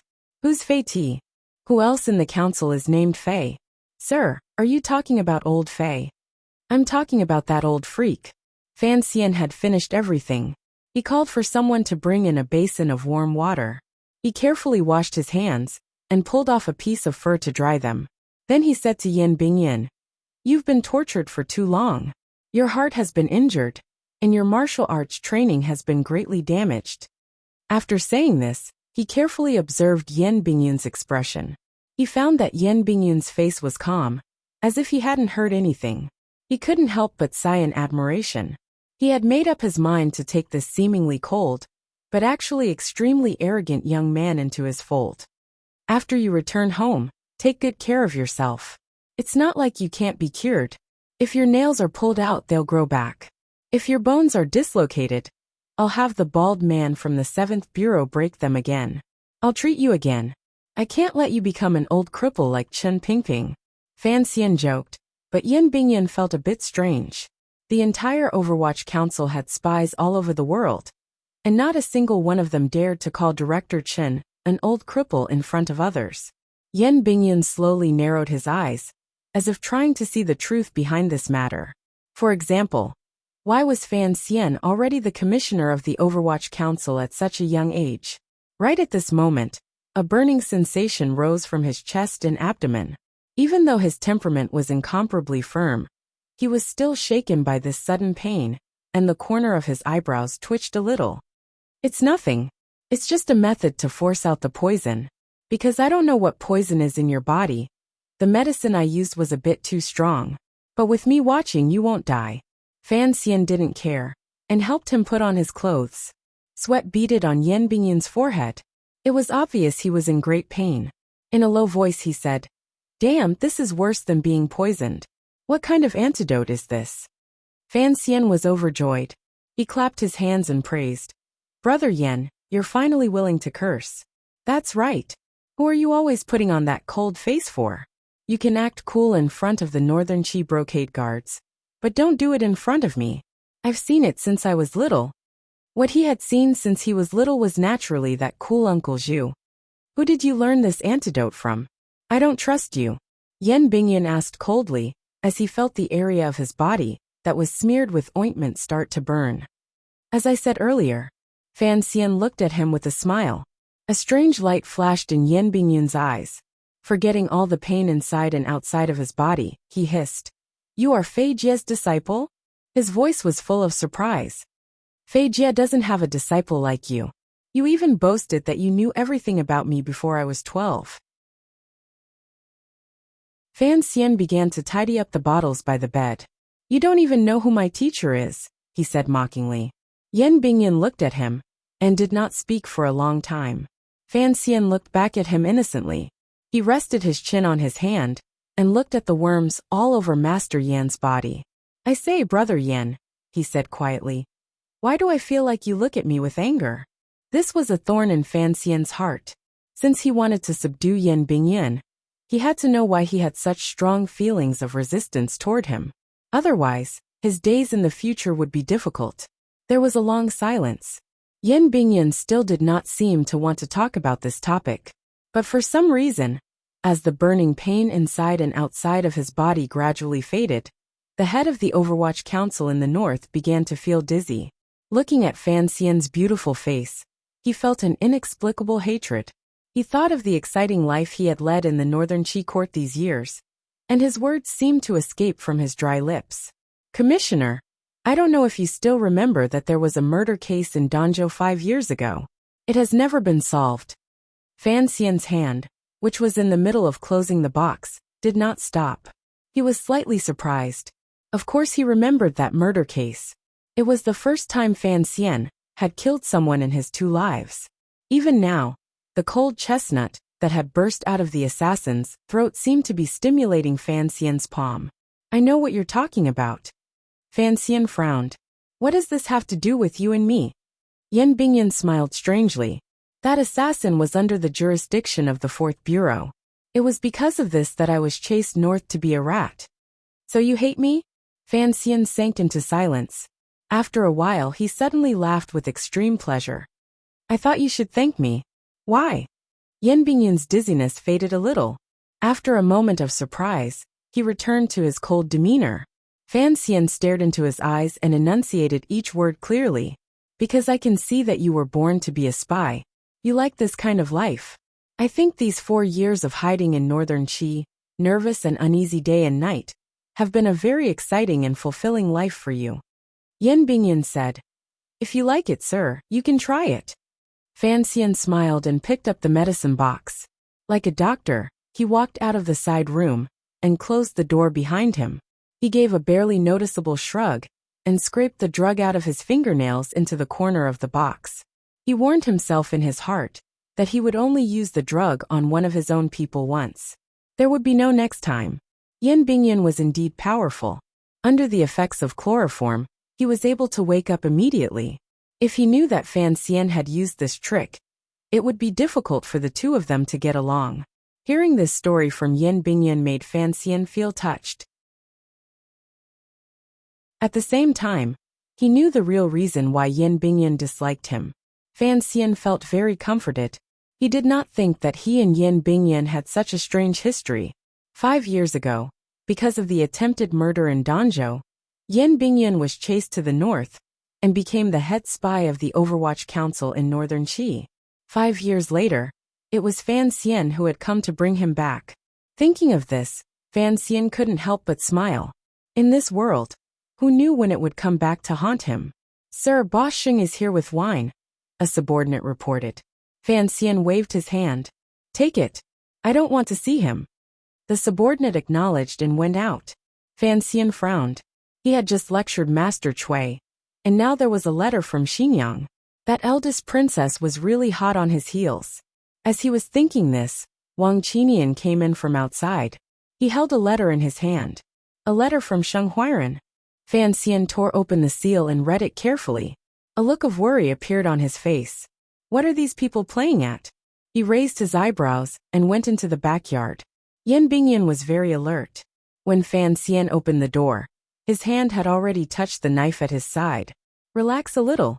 Fan Xian looked at him, whose eyes were still closed. No one will try to assassinate you here. Yan Bingyan slowly opened his eyes and looked at Fan Xian's face. A cold look flashed through his eyes. What medicine did you give me? Why do I feel dizzy?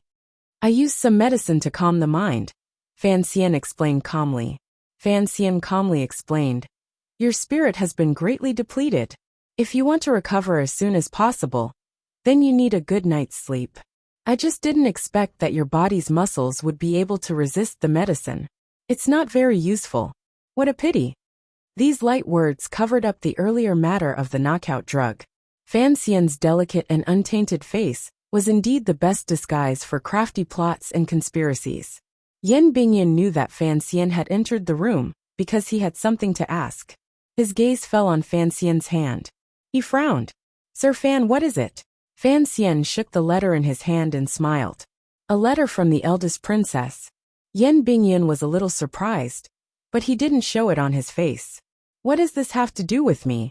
Before you return to the capital, you are still the commander of the Overwatch Council's spies in northern Qi. Fan Xian smiled. So when the court wants to do something, I have to ask for your opinion. Please speak, sir. Yan Bingyan didn't change his expression. After Fan Xian had explained the contents of the 2 consecutive letters from Xinyang, Yan Bingyan furrowed his brows. There were a few strands of silver between his brows. He appeared weak. In a quiet voice he asked, why does the eldest princess care about these things? I only came to ask for your opinion. Should the council intervene in this matter? Fan Xian said. Yan Bingyan shook his head. The council wants Xiaoen dead, but the eldest princess wants us to cooperate with Shang Shanhu to rescue Xiaoen.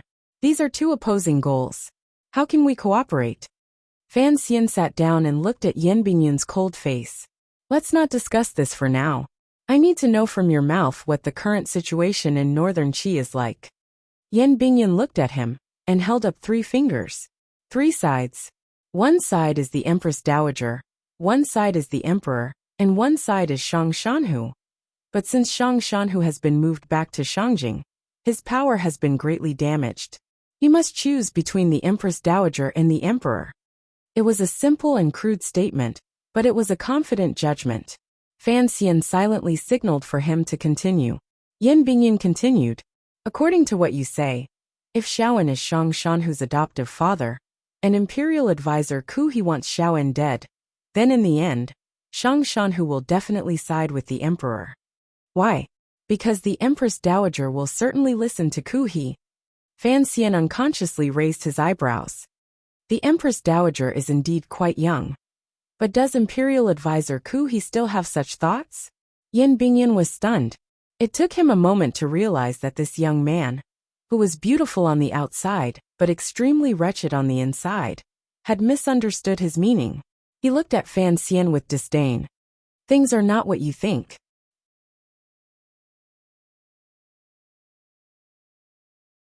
Chapter 226. Through Yan Bingyan's narration, Fan Xian knew what had happened back then. After the kingdom of Qing's 3 northern expeditions, the Zhan family took advantage of the situation and established the kingdom of Qi. However, the founding emperor had unfortunately died 12 years ago, leaving behind only the Empress Dowager and the emperor, who had only been a few years old at the time, in the empty palace. Although the kingdom of Qing had stopped moving north, the ruthless Chen Pingping would not let go of this opportunity. He secretly supported and instigated some of the nobles of the previous dynasty and the Zhan family in Shangjing. In the end, it became a situation to force the emperor to abdicate. Seeing that the Empress Dowager and the emperor were about to be dragged out of the palace by the rebels, Ku He moved into the palace as a friend of Commander Zhang Qingfeng. At that time, 3,000 soldiers and horses surrounded the palace. Ku He sat in front of the great hall.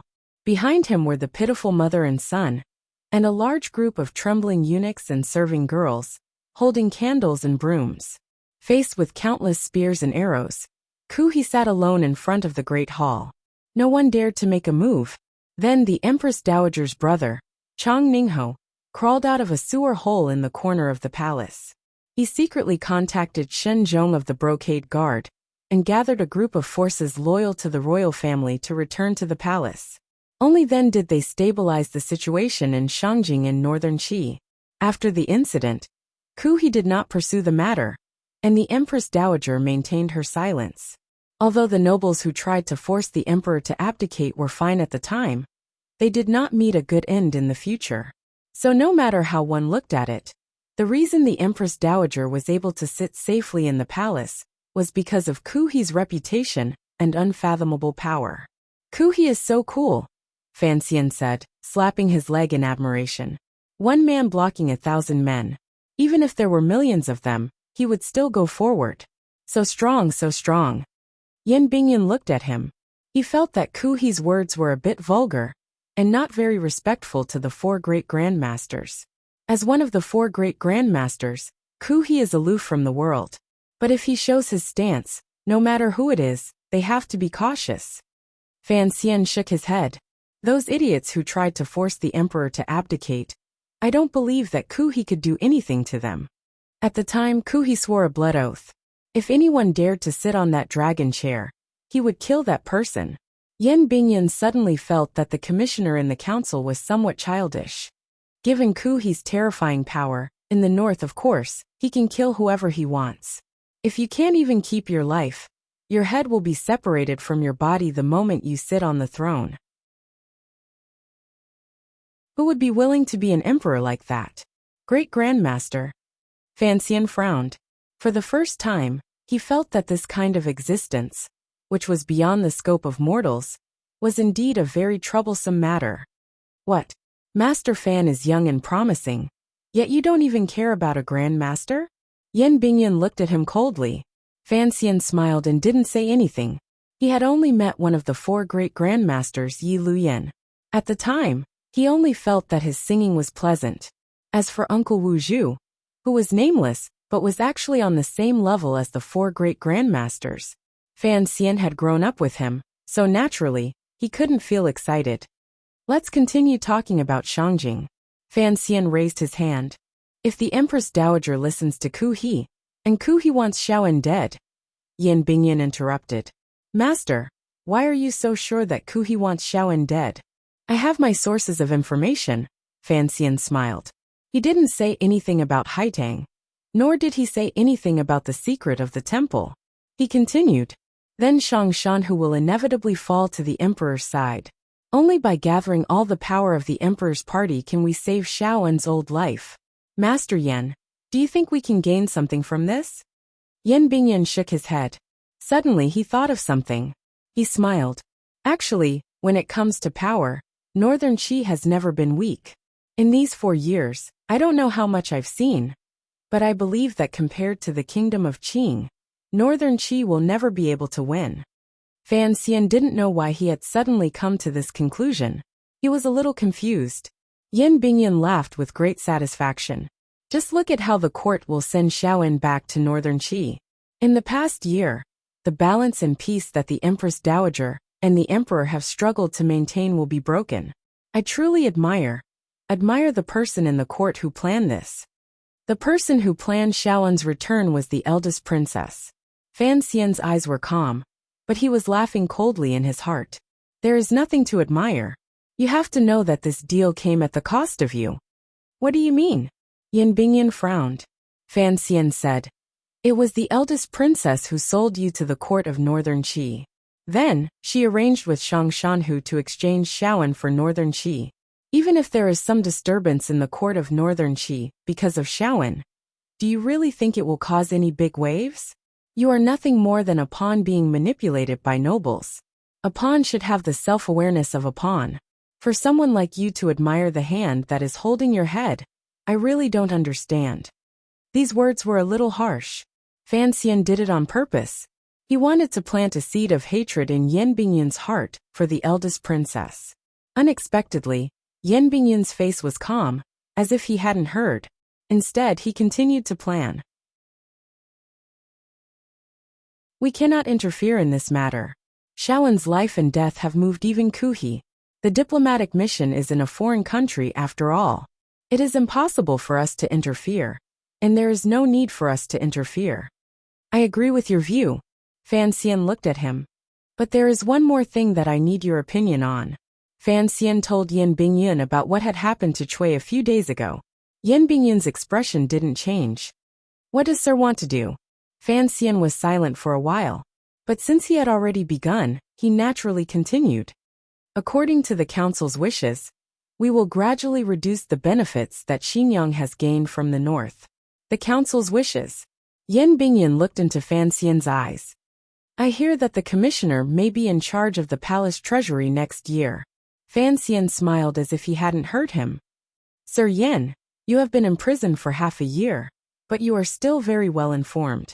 After a long silence, Yan Bingyan suddenly said, Why are you telling me these things? Because you are most familiar with the routes in the north. If there comes a day when we need to pull in the net, then from now on, I must begin to keep a close eye. Without Sir Yan, I have no power in the north. Yan Bingyan calmly said, Sir Fan, you think very highly of me. I have never thought of you as a simple patient. Fan Xian said calmly. I believe that if Sir Yan had the desire, you would still be able to call the wind and summon the rain in the north. Why should I help you? Because I am your superior. Fan Xian's expression gradually grew cold. I am not asking for your help. I am asking for your cooperation. Yan Bingyan didn't buy it. He laughed coldly. When the commissioner truly takes over the Overwatch Council, it won't be too late for us to talk about this then. Fan Xian laughed and waved his hand. I knew that playing this game wouldn't work. He paused for a moment. The logic is simple. The eldest princess is our common enemy. Not only do I need you, but I believe that you need me as well. Yan Bingyan didn't think much of it. He calmly nodded. If that's the case, then I must make it clear. Your plan has been completely wrong from the beginning. Why do you say that? If you want to gradually reduce the eldest princess's profits from smuggling, you shouldn't have gone to Shenzhong. Shenzhong is the provost of the Discipline Commission of the Brocade Guard. If I didn't go to him, who would I go to? Yan Bingyan looked him in the eye. Shenzhong, Chang Mingho. These are all trusted aides of the Empress Dowager. They have been making deals with the eldest princess for many years. If you want to start anew, why not go to the young emperor? Fan Xian sighed. Because I can't see through the emperor's mind. The emperor of Northern Qi is a very pure person. A person who gets excited easily. Yan Bingyan raised a finger. A pure radical needs money. Fan Xian looked at him. After a moment he said, I trust you. At present, I am worthy of your trust, said Yan Bingyan. Fan Xian let out a sigh of relief. He patted him on the shoulder. Don't worry. Although the world is theirs now, it is still ours. Having said that, he left the room, leaving Yan Bingyan behind to reflect on those strange words. For the next 3 days, the diplomatic mission was still dealing with diplomatic matters with Northern Qi. Fan Xian and Yan Bingyan were secretly plotting in the room. Gradually, Yan Bingyan no longer hid anything. He analyzed the information he had, and very clearly established a guiding ideology for Fan Xian's future actions. Action was better than inaction. He needed to use delaying tactics in Xinjiang, and so did the Empress Dowager. Only the palace needed to be contacted. Fan Xian had once wondered if he should pay a visit to General Shang Shanhu, but Yan Bingyan had coldly stopped him. Yan Bingyan felt that there was no need to do these things. If the other party needed it, they would naturally come to him. Fan Xian's actions after entering Shangjing were, in Yan Bingyan's professional eyes, a complete mess. Fan Xian silently accepted the lesson. He knew that in these matters, he was not as good as Yan Bingyan. In addition to chatting, they also talked about reorganizing the spy network in the north. But Yan Bingyan clearly did not trust Fan Xian's abilities, so he never relented. One day after eating, Fan Xian suddenly said, "That Lady Shen is very capable. She actually knew that you were hiding in the diplomatic mission and came to you again." Yan Bingyun's face was as cold as ice, and he was as heartless as a flowing cloud. He said lightly, "Inform Shinzhong. He will take care of his daughter's matter." Fan Xian glanced at him. He truly did not understand how this young official had honed such a cold and heartless will.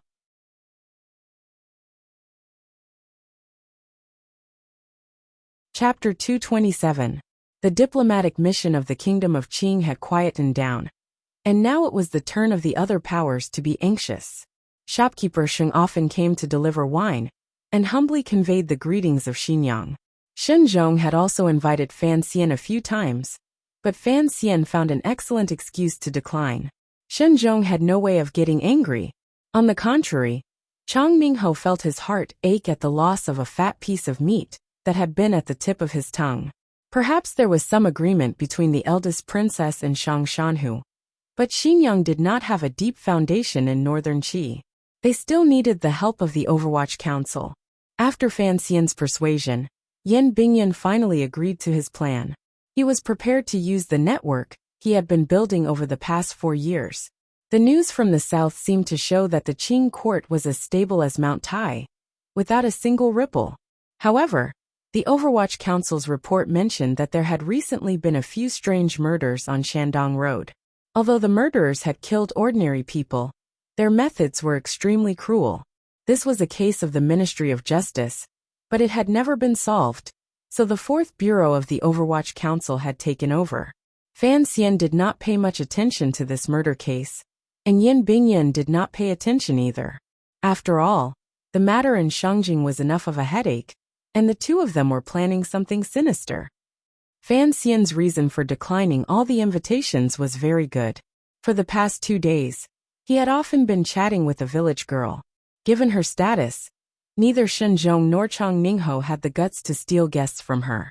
In a quiet alley in Shangjing, a man and a woman were strolling and chatting. Their words floated lightly, disturbing the butterflies that were nesting in the flowers. Nature is heaven and earth, and man is heaven and earth. The so-called unity of heaven and man means that human affairs must follow the natural path of heaven and earth. Only then can the two be harmonious. Harmony is only a facade. What do you think is the unity of heaven and man, and the connection between heaven and man? Oh, I'm not sure about that. I just think that man follows the earth follows the heavens, heaven follows the Tao, and the Tao follows nature. Only then can there be harmony. Or harmony. Harmony is the highest. Master Fan, what you have said today is completely unconventional. I am truly impressed.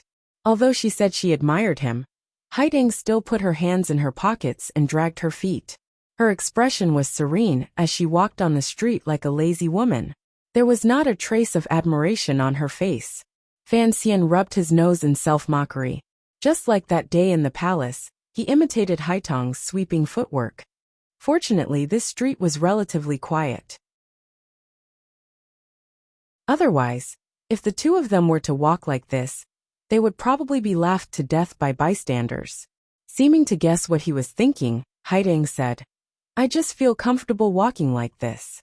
As for what other people think, I really don't care." Fan Xian thought about it for a moment, and realized that it was quite true. People loved ease and hated work. Walking like this was indeed more comfortable than walking with one's head held high. The problem was, if one was really lazy, why not lie down in bed?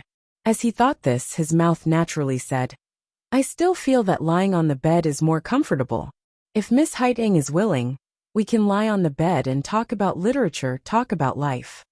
Haiding glanced at him. Fan Xian smiled a little embarrassedly, and did not explain anything. He really did not have many romantic thoughts about Haiding, but for some reason, chatting with her always made him feel very relaxed. After his rebirth, Fan Xian had always wanted to experience many interesting things and meet many interesting people.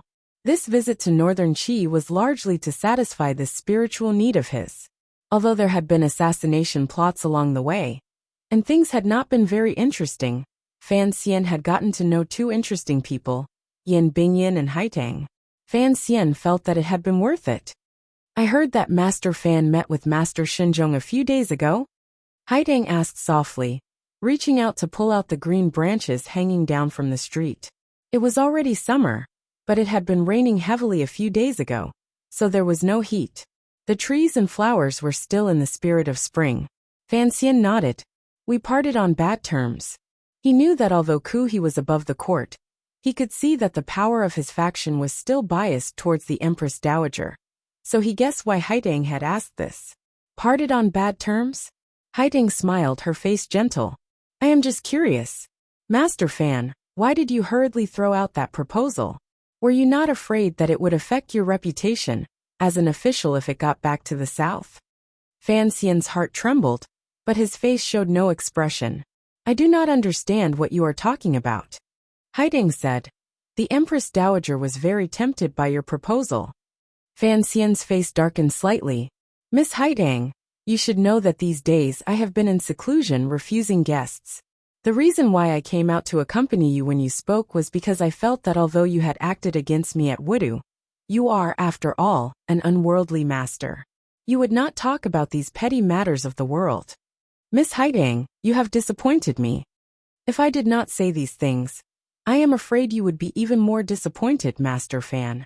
Haitang's mind was clear, and she would not be fooled by Fan Xian's flowery words. The Empress Dowager invites you into the palace. Fan Xian chuckled and cupped his hands in salute. Thank you for your trouble, Miss Haitang. Earlier, Master Fan, you said that sincerity is the way of heaven, and sincerity is the way of man. Haitang's bright, jewel-like eyes looked at Fan Xian in a trance. Since you know the way, why not? Isn't it easier to deal with people with sincerity? Fan Xian took a deep breath and slowly circulated the strange, tyrannical Jinqi in his body, resisting the pressure coming from Haitang. He smiled. Dealing with people with sincerity can be divided into big and small. Sincerity to people is a small way, and sincerity to the world is a great way. Miss Haidang, if you treat people with sincerity, why don't you tell me what secret Xiao-in has that even an unworldly master like your master is tempted? Sincerity to the world. Haitang's lips curled up slightly. My master is sincerity to the world, so I cannot say much. But the secret in Xiao-in's heart has kept him alive for 20 years. If that secret were to spread among the common people, I fear that the world would be in chaos for 20 years. Fan Xian was startled. He knew something that no one else knew. Based on what Haitang had said, could it be that there was some danger in the temple? The two of them returned to the path of idle conversation, and it was nothing more than a discussion of philosophy and theology. In any case, Fan Xian had a foundation in the history of Chinese philosophy from his previous life. He randomly picked out a few of Dong, Lu, and Wang's theories, and Haitang was greatly surprised. But many years later, Haitang slowly reflected on it and began to organize the theories of the great scholar Fan. Only then did she realize that the young man had said nothing. For some reason, in the late spring and early summer of northern Qi Shangjing, the rain was so plentiful. Before, the warm spring sun had shone brightly, but now a chilly breeze blew, and raindrops fell through the branches above their heads. With a crash, Fan Xian opened the cloth umbrella at his side and held it over Haitang's head. Under normal circumstances, given Fan Xian's status when he went out in the rain, his subordinates would hold the umbrella. But right now, it was just the two of them, and purely in terms of status, it was only right and proper for him to hold the umbrella for Haitang. The rain gradually soaked the street. Fan Xian looked calmly at the people on the street hiding from the rain. But in reality, he was carefully watching Haitang's steps. At this time, the feet of the two of them were covered in water. Fan Xian had long since stopped using the country girl's walk, intending to see how Haitang would walk. Haitang continued to walk. Fan Xian shrugged his shoulders helplessly. Only now did he realize that although Haitang's feet were dragging on the water, there seemed to be some kind of invisible power under her shoes, supporting her whole body. The soles of her shoes were not touching the water at all. This kind of skill, Fan Xian thought, was not at a level he could reach. He couldn't help but laugh at himself. Haitang floats on water. Haitang ignored him and continued to walk. Fan Xian sighed. I don't believe that you can walk comfortably like that. I don't like that man called Yin Bingyin, Haitang suddenly said. I think that Miss Haitang has always lived deep in the mountain palace. You shouldn't have had any contact with the great scholar of the Qing kingdom. Using deceiving women to obtain his own benefits, Haitang is quite shameless. We are officials, not ordinary people, Fan Xian said on Yin Bingyin's behalf. He didn't want Yin Bingyin to be remembered by a 9th-level master for the rest of his life. For the good of the kingdom of Qing, there are some things that we must do, Haitang said. Ugliness is ugliness. Don't use being an official as a cover. Fan Xian smiled. Although being emotionless may not necessarily be a true hero, if one's heart is too soft, how can one survive in this chaotic world? Master Fan, do you believe that today's world is chaotic? The minds of the people are confused. Master Fan, do you believe that only chaotic times can produce heroes? I do not seek to establish myself as a hero. I only seek to be a man with a clear conscience. The two of them talked and stopped. They had already reached the outskirts of a small temple. At that moment, the rain had coincidentally stopped. This place was far away on the outskirts of the capital. It was very quiet, without a trace of human presence. A leaf fell on the stone steps in front of the temple. The temple door was slowly pushed open. Fan Xian looked at the woman sitting by the incense table in the temple. After a moment of absent-mindedness, he bowed. Miss C, long time no see. The corners of Haitang's lips curled up. Master Fan, you want to be a man. I did not expect that, as I expected. You are a man who has tender, protective feelings for the fairer sex. With a swish, Fan Xian gathered up his wet umbrella and looked at Sea Lily, who had risen to greet him. He smiled. Being emotionless may not necessarily be a true hero. How can a man who has tender feelings for the fairer sex not be a man?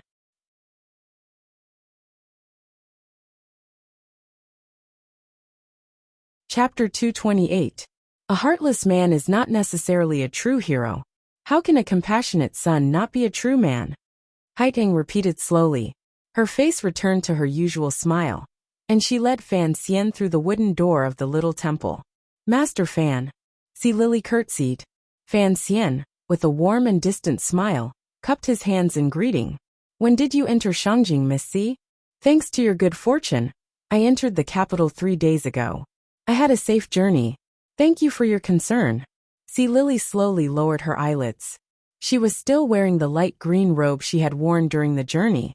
The weather was hot, and she was not afraid of catching a cold.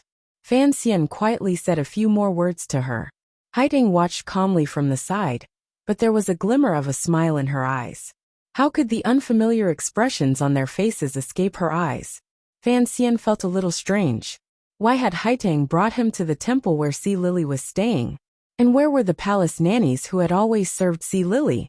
Did Haitang not know that as a foreign official, he should maintain a distance of 3,000 miles from the woman the Emperor of Northern Qi wanted? This is where I live. Haitang explained the confusion in Fan Xian's heart. It is not convenient for Lily to enter the palace, so His Majesty has asked me to take care of her. Fan Xian laughed bitterly. Only now did he remember that Sea Lily had once said that these two girls were close friends in the Northern Qi Palace. He suddenly thought of something. Could it be that Ku He also lived in the palace? Although the temple was far away, Fan Xian still had some reservations. After a few casual words, he said to Haitang, I will wait for you outside. Without waiting for Haitang and Sea Lily to reply, he left the door and waited outside in the courtyard. After he left, Haitang quietly looked at Sea Lily. After a moment of silence, she suddenly said, I brought him here to see you. Don't you have anything to say to him? Sea Lily raised her head, and a trace of confusion flashed across her charming face. She said quietly, I said I don't want to see him, and I reckon he doesn't want to see me either. Right now he is outside the door, and I don't know how he will complain about you. Haitang, you are too reckless. Even if you are Ku He's disciple, you should do less of this taboo thing. Haitang smiled gently. What is there to be afraid of? Our Majesty is not a petty person. In another elegant and clean small room, wisps of fragrance gradually filled the meditation room. The tea on the table mixed with the amber color of the furniture, making people feel very tranquil. Why did you bring me to see Lily? Fan Xian sat cross-legged on the other side of the tea table frowning. His elegant face finally showed some worry. He was working hard to make arrangements for Xiaoan, but Lily was a hot potato. I told you about Yin Bingyan earlier, Haiding said with a smile. I wanted to see if Master Fan was the same as the other filthy things in the world. The term impure substance is novel and absurd.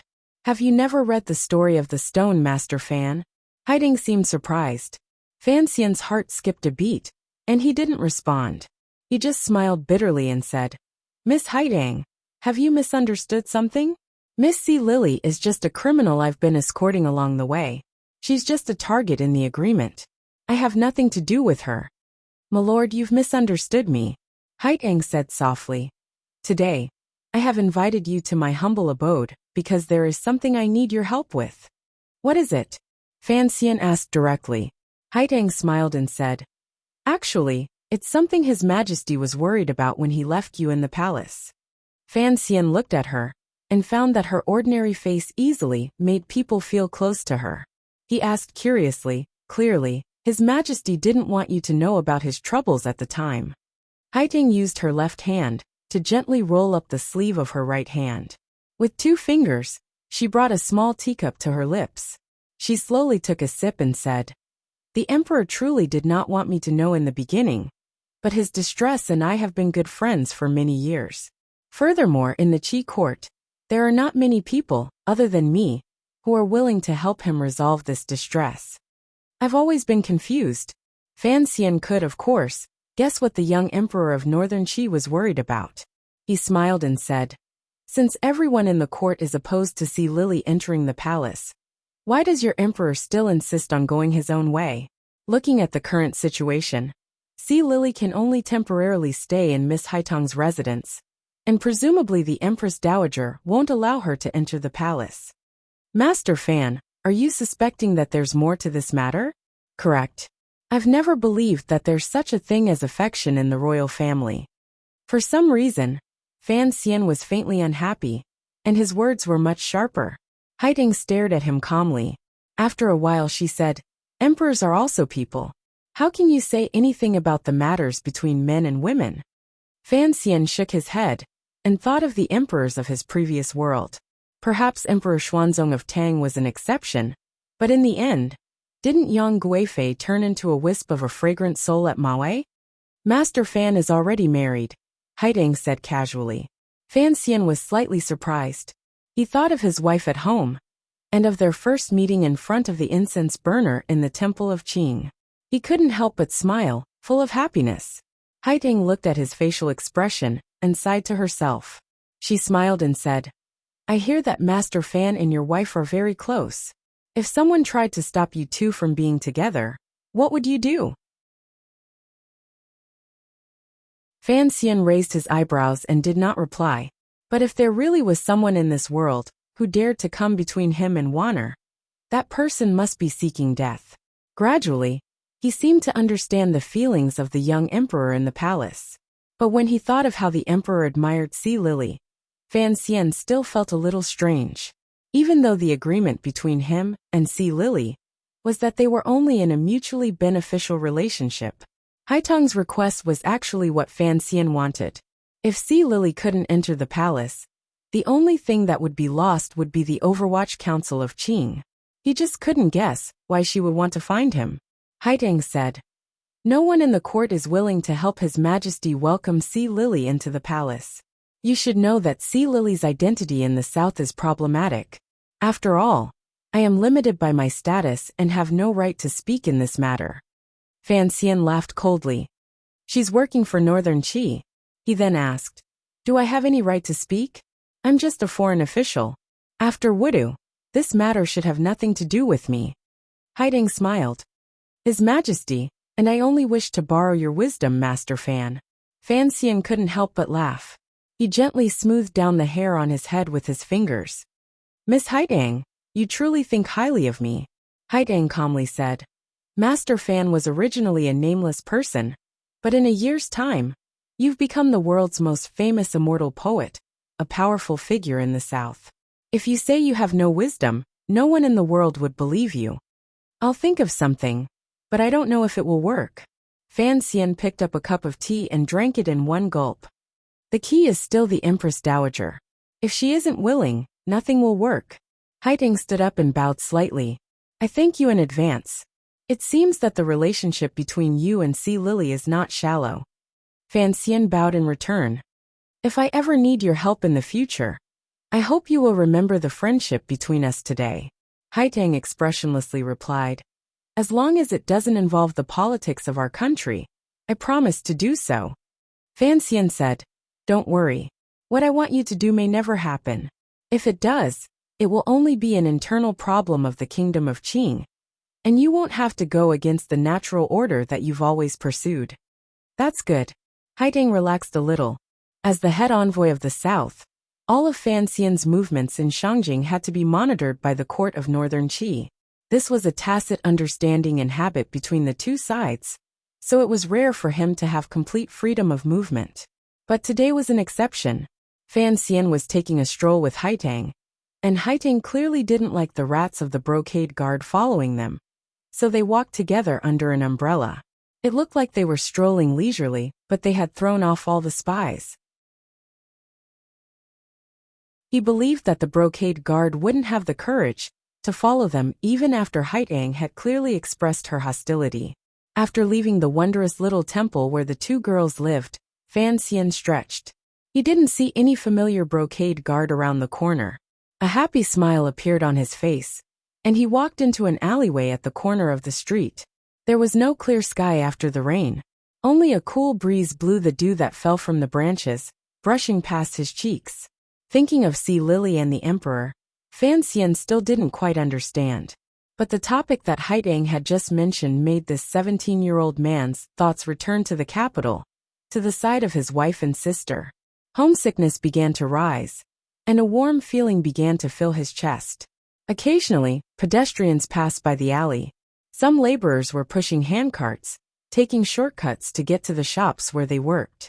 Fan Xian's face wore a gentle smile, as beautiful as the sun, and he slowly walked toward the alley. A handcart came from behind him, and as it brushed past him, Fan Xian flicked his wrist, and the black dagger he had been holding in his palm stabbed horizontally. With a muffled squelch, the dagger pierced the throat of a spy dressed as a laborer. The cold blade entered the flesh, and the man fell to the ground. In the next moment, Fan Xian was already stepping on the overturned handcart. His whole body floated to the end of the alley like a shadow. His fingers held a poisonous needle, and he stabbed it into a major acupoint in the chest of a man. His left hand strangely shot out from under his right armpit, and 3 crossbow bolts shot out at the same time, nailing a stunned man to death. With a backhand slap, he shattered the neck of the paralyzed man.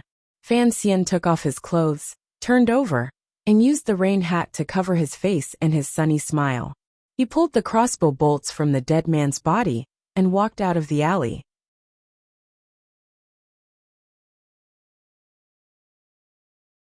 Chapter 229. After leaving the small temple, Fan Xian had been followed by 3 people. He didn't know if they were spies from the brocade guard or people from the palace, but no matter which side they were from, Fan Xian would not allow anyone to follow him today. After pulling out these 3 spies, Fan Xian confirmed that no one was following him, and then he began his next step. After leaving the alley, he did not take a carriage, because any opportunity to come into contact with people could leave behind clues that Northern Qi could find. On the wet street, the number of people gradually increased.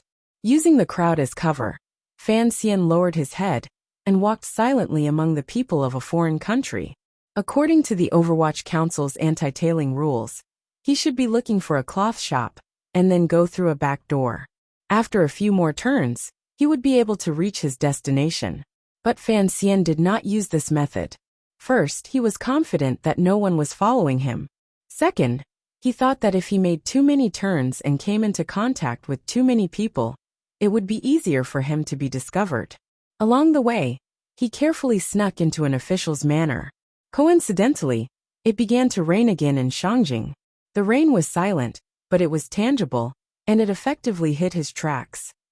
Near the musical house in the south of Shangjing, there was a residential area for commoners called Zhangjiadian. This place was a mix of good people and bad people, but it had been relatively safe these past few years. In addition, living expenses were cheap, so it gradually became lively. The small peddlers who did not have much capital began to muster up their courage and save up extra money. They bought a few shops on this street and began to do business. This place was not like Xiushui Street, where daily necessities were sold. The prices were cheap, and the quality was not very good. The third shop from the east was such an ordinary place. This shop sold oil. The oil was palm oil from Dongi. Although it was cheap and tasted good, the color was not very good. Especially during the winter, there was always a layer of white flocculation. So generally, wealthy families with a bit of money would rather use rapeseed oil from the east of Qi. Fortunately, there were always many people who did not have spare money, so this oil shop that did not even have a signboard could still survive. However, they did not dare to hire too many people. Other than an old shopkeeper, they only hired a helper and a waiter. It had rained repeatedly today, so there were not many pedestrians in Zhangjiadian. Today it seemed even more empty. However, the oil shop's business had nothing to do with the weather. Whoever ran out of oil would naturally come, so the old shopkeeper of the oil shop was not in a hurry. Instead, he moved a long stool and sat in front of his door, staring blankly at the rain outside the shop. Perhaps the shopkeeper was really getting old. The young workers in the shop felt that the number of times the shopkeeper was in a daze this year was much more than before. "Shopkeeper, I want to buy oil." A person stood at the entrance of the oil shop, blocking the dim sunlight outside. The old shopkeeper waved his hand, indicating for him to enter by himself. The man took off his rain hat, revealing a plain face. He smiled, walked into the shop, and said to the yawning shop assistant, "Young man, I want to buy oil." The shop assistant smiled and said, "What kind of oil do you want?" "Other than palm oil, our shop also has a new batch of rapeseed oil from Qidonglai." The shop assistant's attitude was respectful, but he was muttering to himself, "Of course people who come to our shop want to buy oil. Isn't this nonsense?" The man said, "Give me half a caddy of palm oil." The shop assistant replied crisply, "Okay." He nimbly poured oil into the scale, and then found that the man's hands were empty. He couldn't help but scratch his head. "Sir, what do you use to carry it? Do you have a pot here?" "Yes, a wooden pot is 3 copper coins." The shop assistant was very happy to have made another business. The man did not speak after taking the oil pot, as if he was still thinking about something. The shop assistant asked curiously, "What else do you want? Do you have sesame oil? Do you have sesame oil?" The question was very soft and not very loud, but the old shopkeeper's withered right hand, which was sitting outside the shop and propping itself up on the bench, trembled slightly. The shop assistant said unhappily, "We don't have such good goods in our shop. In the whole of Zhangjiadian, who can afford to eat sesame oil?" As he spoke, the old shopkeeper had already slowly walked back to the counter and waved his hand to signal the shop assistant to leave. He looked at the customer with a face full of smiles and explained, "Sesame oil is too expensive. Except for when it's used to worship the heavens, no one usually buys it. There's still half a year until the day of worship, so our shop hasn't stocked up yet."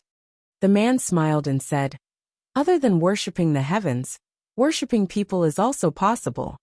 The old shopkeeper's smile became even more respectful. He said, "Then tell me the quantity. We can order it on your behalf." The conversation had reached a crucial point, so both of them spoke softly. However, that person's memory must be very good, so he was able to clearly state the weight of the next batch without any ambiguity. "I want to buy 7 caddies, 3 taels, 9 qian, and 4 hao palm oil." The old shopkeeper was calculating with his abacus, and then he looked troubled. He said, "There's a problem with the price. Sir, let's go into the inner room and talk." "That's fine." The old shopkeeper ordered the shop assistant to keep watch outside, and then he led the customer into the back room. The shop assistant now knew that the man wasn't here to buy oil, but to sell oil. He couldn't help but stick out his tongue thinking that he was lucky he hadn't offended the owner of the sesame oil business. This sesame oil merchant was, of course, Fan Xian in disguise. He followed the old shopkeeper into the back room, only to find that it was completely different from the meeting place he had imagined. It was actually bright and clear. There was no tea, no small talk. The old shopkeeper stared into Fan Xian's eyes, and there was a trace of caution in his old muddy eyes. He said, "Sir, you came from the south?" Fan Xian nodded. The old shopkeeper made a gesture of invitation. Fan Xian sighed in his heart, thinking that Yan Bingyun's procedure was a bit complicated. Helpless, he could only report another number that he had firmly memorized. Only now did the old shopkeeper confirm the other party's identity. Only then did he relax. He took out a small knife dipped in poison from his sleeve with trembling hands, and placed it in his hand. Fan Xian knew that if the man was a spy from the kingdom of Qi, the old shopkeeper would have to kill him as soon as possible. This was also why Yan Bingyun felt so humiliated after being captured alive. The old shopkeeper looked at him and said, "Sir, what position do you hold in the Overwatch Council?" Fan Xian shook his head. "I don't think the situation at hand allows us to be long-winded." The old shopkeeper laughed bitterly. "It's already been a year. It's been a whole year since we've received any news from above. After the incident, the court hasn't sent anyone to take over. I thought the court was going to let us enter a period of silence." The so-called period of silence was when, as soon as a gap appeared in the spy system of an enemy country, they would immediately stop all operations to avoid being exposed. This period could only be a month, or it could be 10 years. Fan Xian frowned. Yan Bingyun's capture was the most unlikely thing to happen in a spy war between the two countries, because Yan Bingyun didn't need to carry intelligence back to his country and personally investigate such dangerous matters. But the eldest princess's move had paralyzed the entire network of the Overwatch Council in the north. Yan Bingyun had always been in the hands of Northern Qi, and the court and the Overwatch Council didn't dare to take the risk of contacting them. That was why there had been a year of silence. I hope that after a year of silence, everyone's bodies haven't rusted. Sir, please be at ease. The old shopkeeper knew that if this man had come to take over Yan Bingyun's position, he must be an important figure in the council, and he could faintly smell the scent of blood on him. The old shopkeeper's reply was especially careful. Sir, please give the order. 3 matters, some urgent, some slow. Fan Xian looked at the old man in front of him. He knew that this old man, as well as the countless other spies in the council, must have had a difficult year. They were like wandering orphans with no home to return to, so he deliberately softened his tone. The most urgent thing is to immediately find out where Shaoan is being held. The second matter is to investigate the real reason for the enmity between the Empress Dowager and the Emperor. This was something that Fan Xian had never understood. The young Emperor seemed to have eaten too much. The old shopkeeper's expression didn't change. Although he knew that either of these 2 tasks would be extremely difficult, he only quietly waited for the man in front of him to issue the third order. Investigate Shaoan's matter quickly. The matters in the palace can wait. Fan Xian muttered to himself. As for the third order, I think you should know that the palace treasury has been smuggling goods northward for the past few years. The old shopkeeper narrowed his eyes. For the first time, a strange light appeared in his eyes. That is a problem in Xinjiang. Sir, has the council finally decided to act? Fan Xian shook his head and quietly said, investigate thoroughly for me. However, don't touch a single hair on them. You have to control all of the joints that can be controlled. If the council wants to act in the future, you have to make sure you have enough things in your hands to salvage this entire trail clean. Understood. The old shopkeeper knew that this was a long-term task that could be taken slowly. But Fan Xian was thinking about something else. He didn't know if the matter with Master Cui was a test from his mother-in-law, or if she had something to ask of him. So he had to bear with it for now. Although Xinjiang had never known that Fan Xian was the culprit behind the incident with Yanji and Guangxin Palace, the conflict in the Great Hall of the Ministry of Justice had gradually brought the conflict between him and the eldest princess to the surface. You're tuning in to the Li Mei's Sword of Destiny YouTube channel. We're so grateful for your support, and don't forget to subscribe to join us on this incredible journey through captivating stories. Your generosity through donations truly makes a world of difference, as it's the primary source of revenue that allows me to expand and enhance this channel for you. Thank you from the bottom of my heart for being a part of this adventure.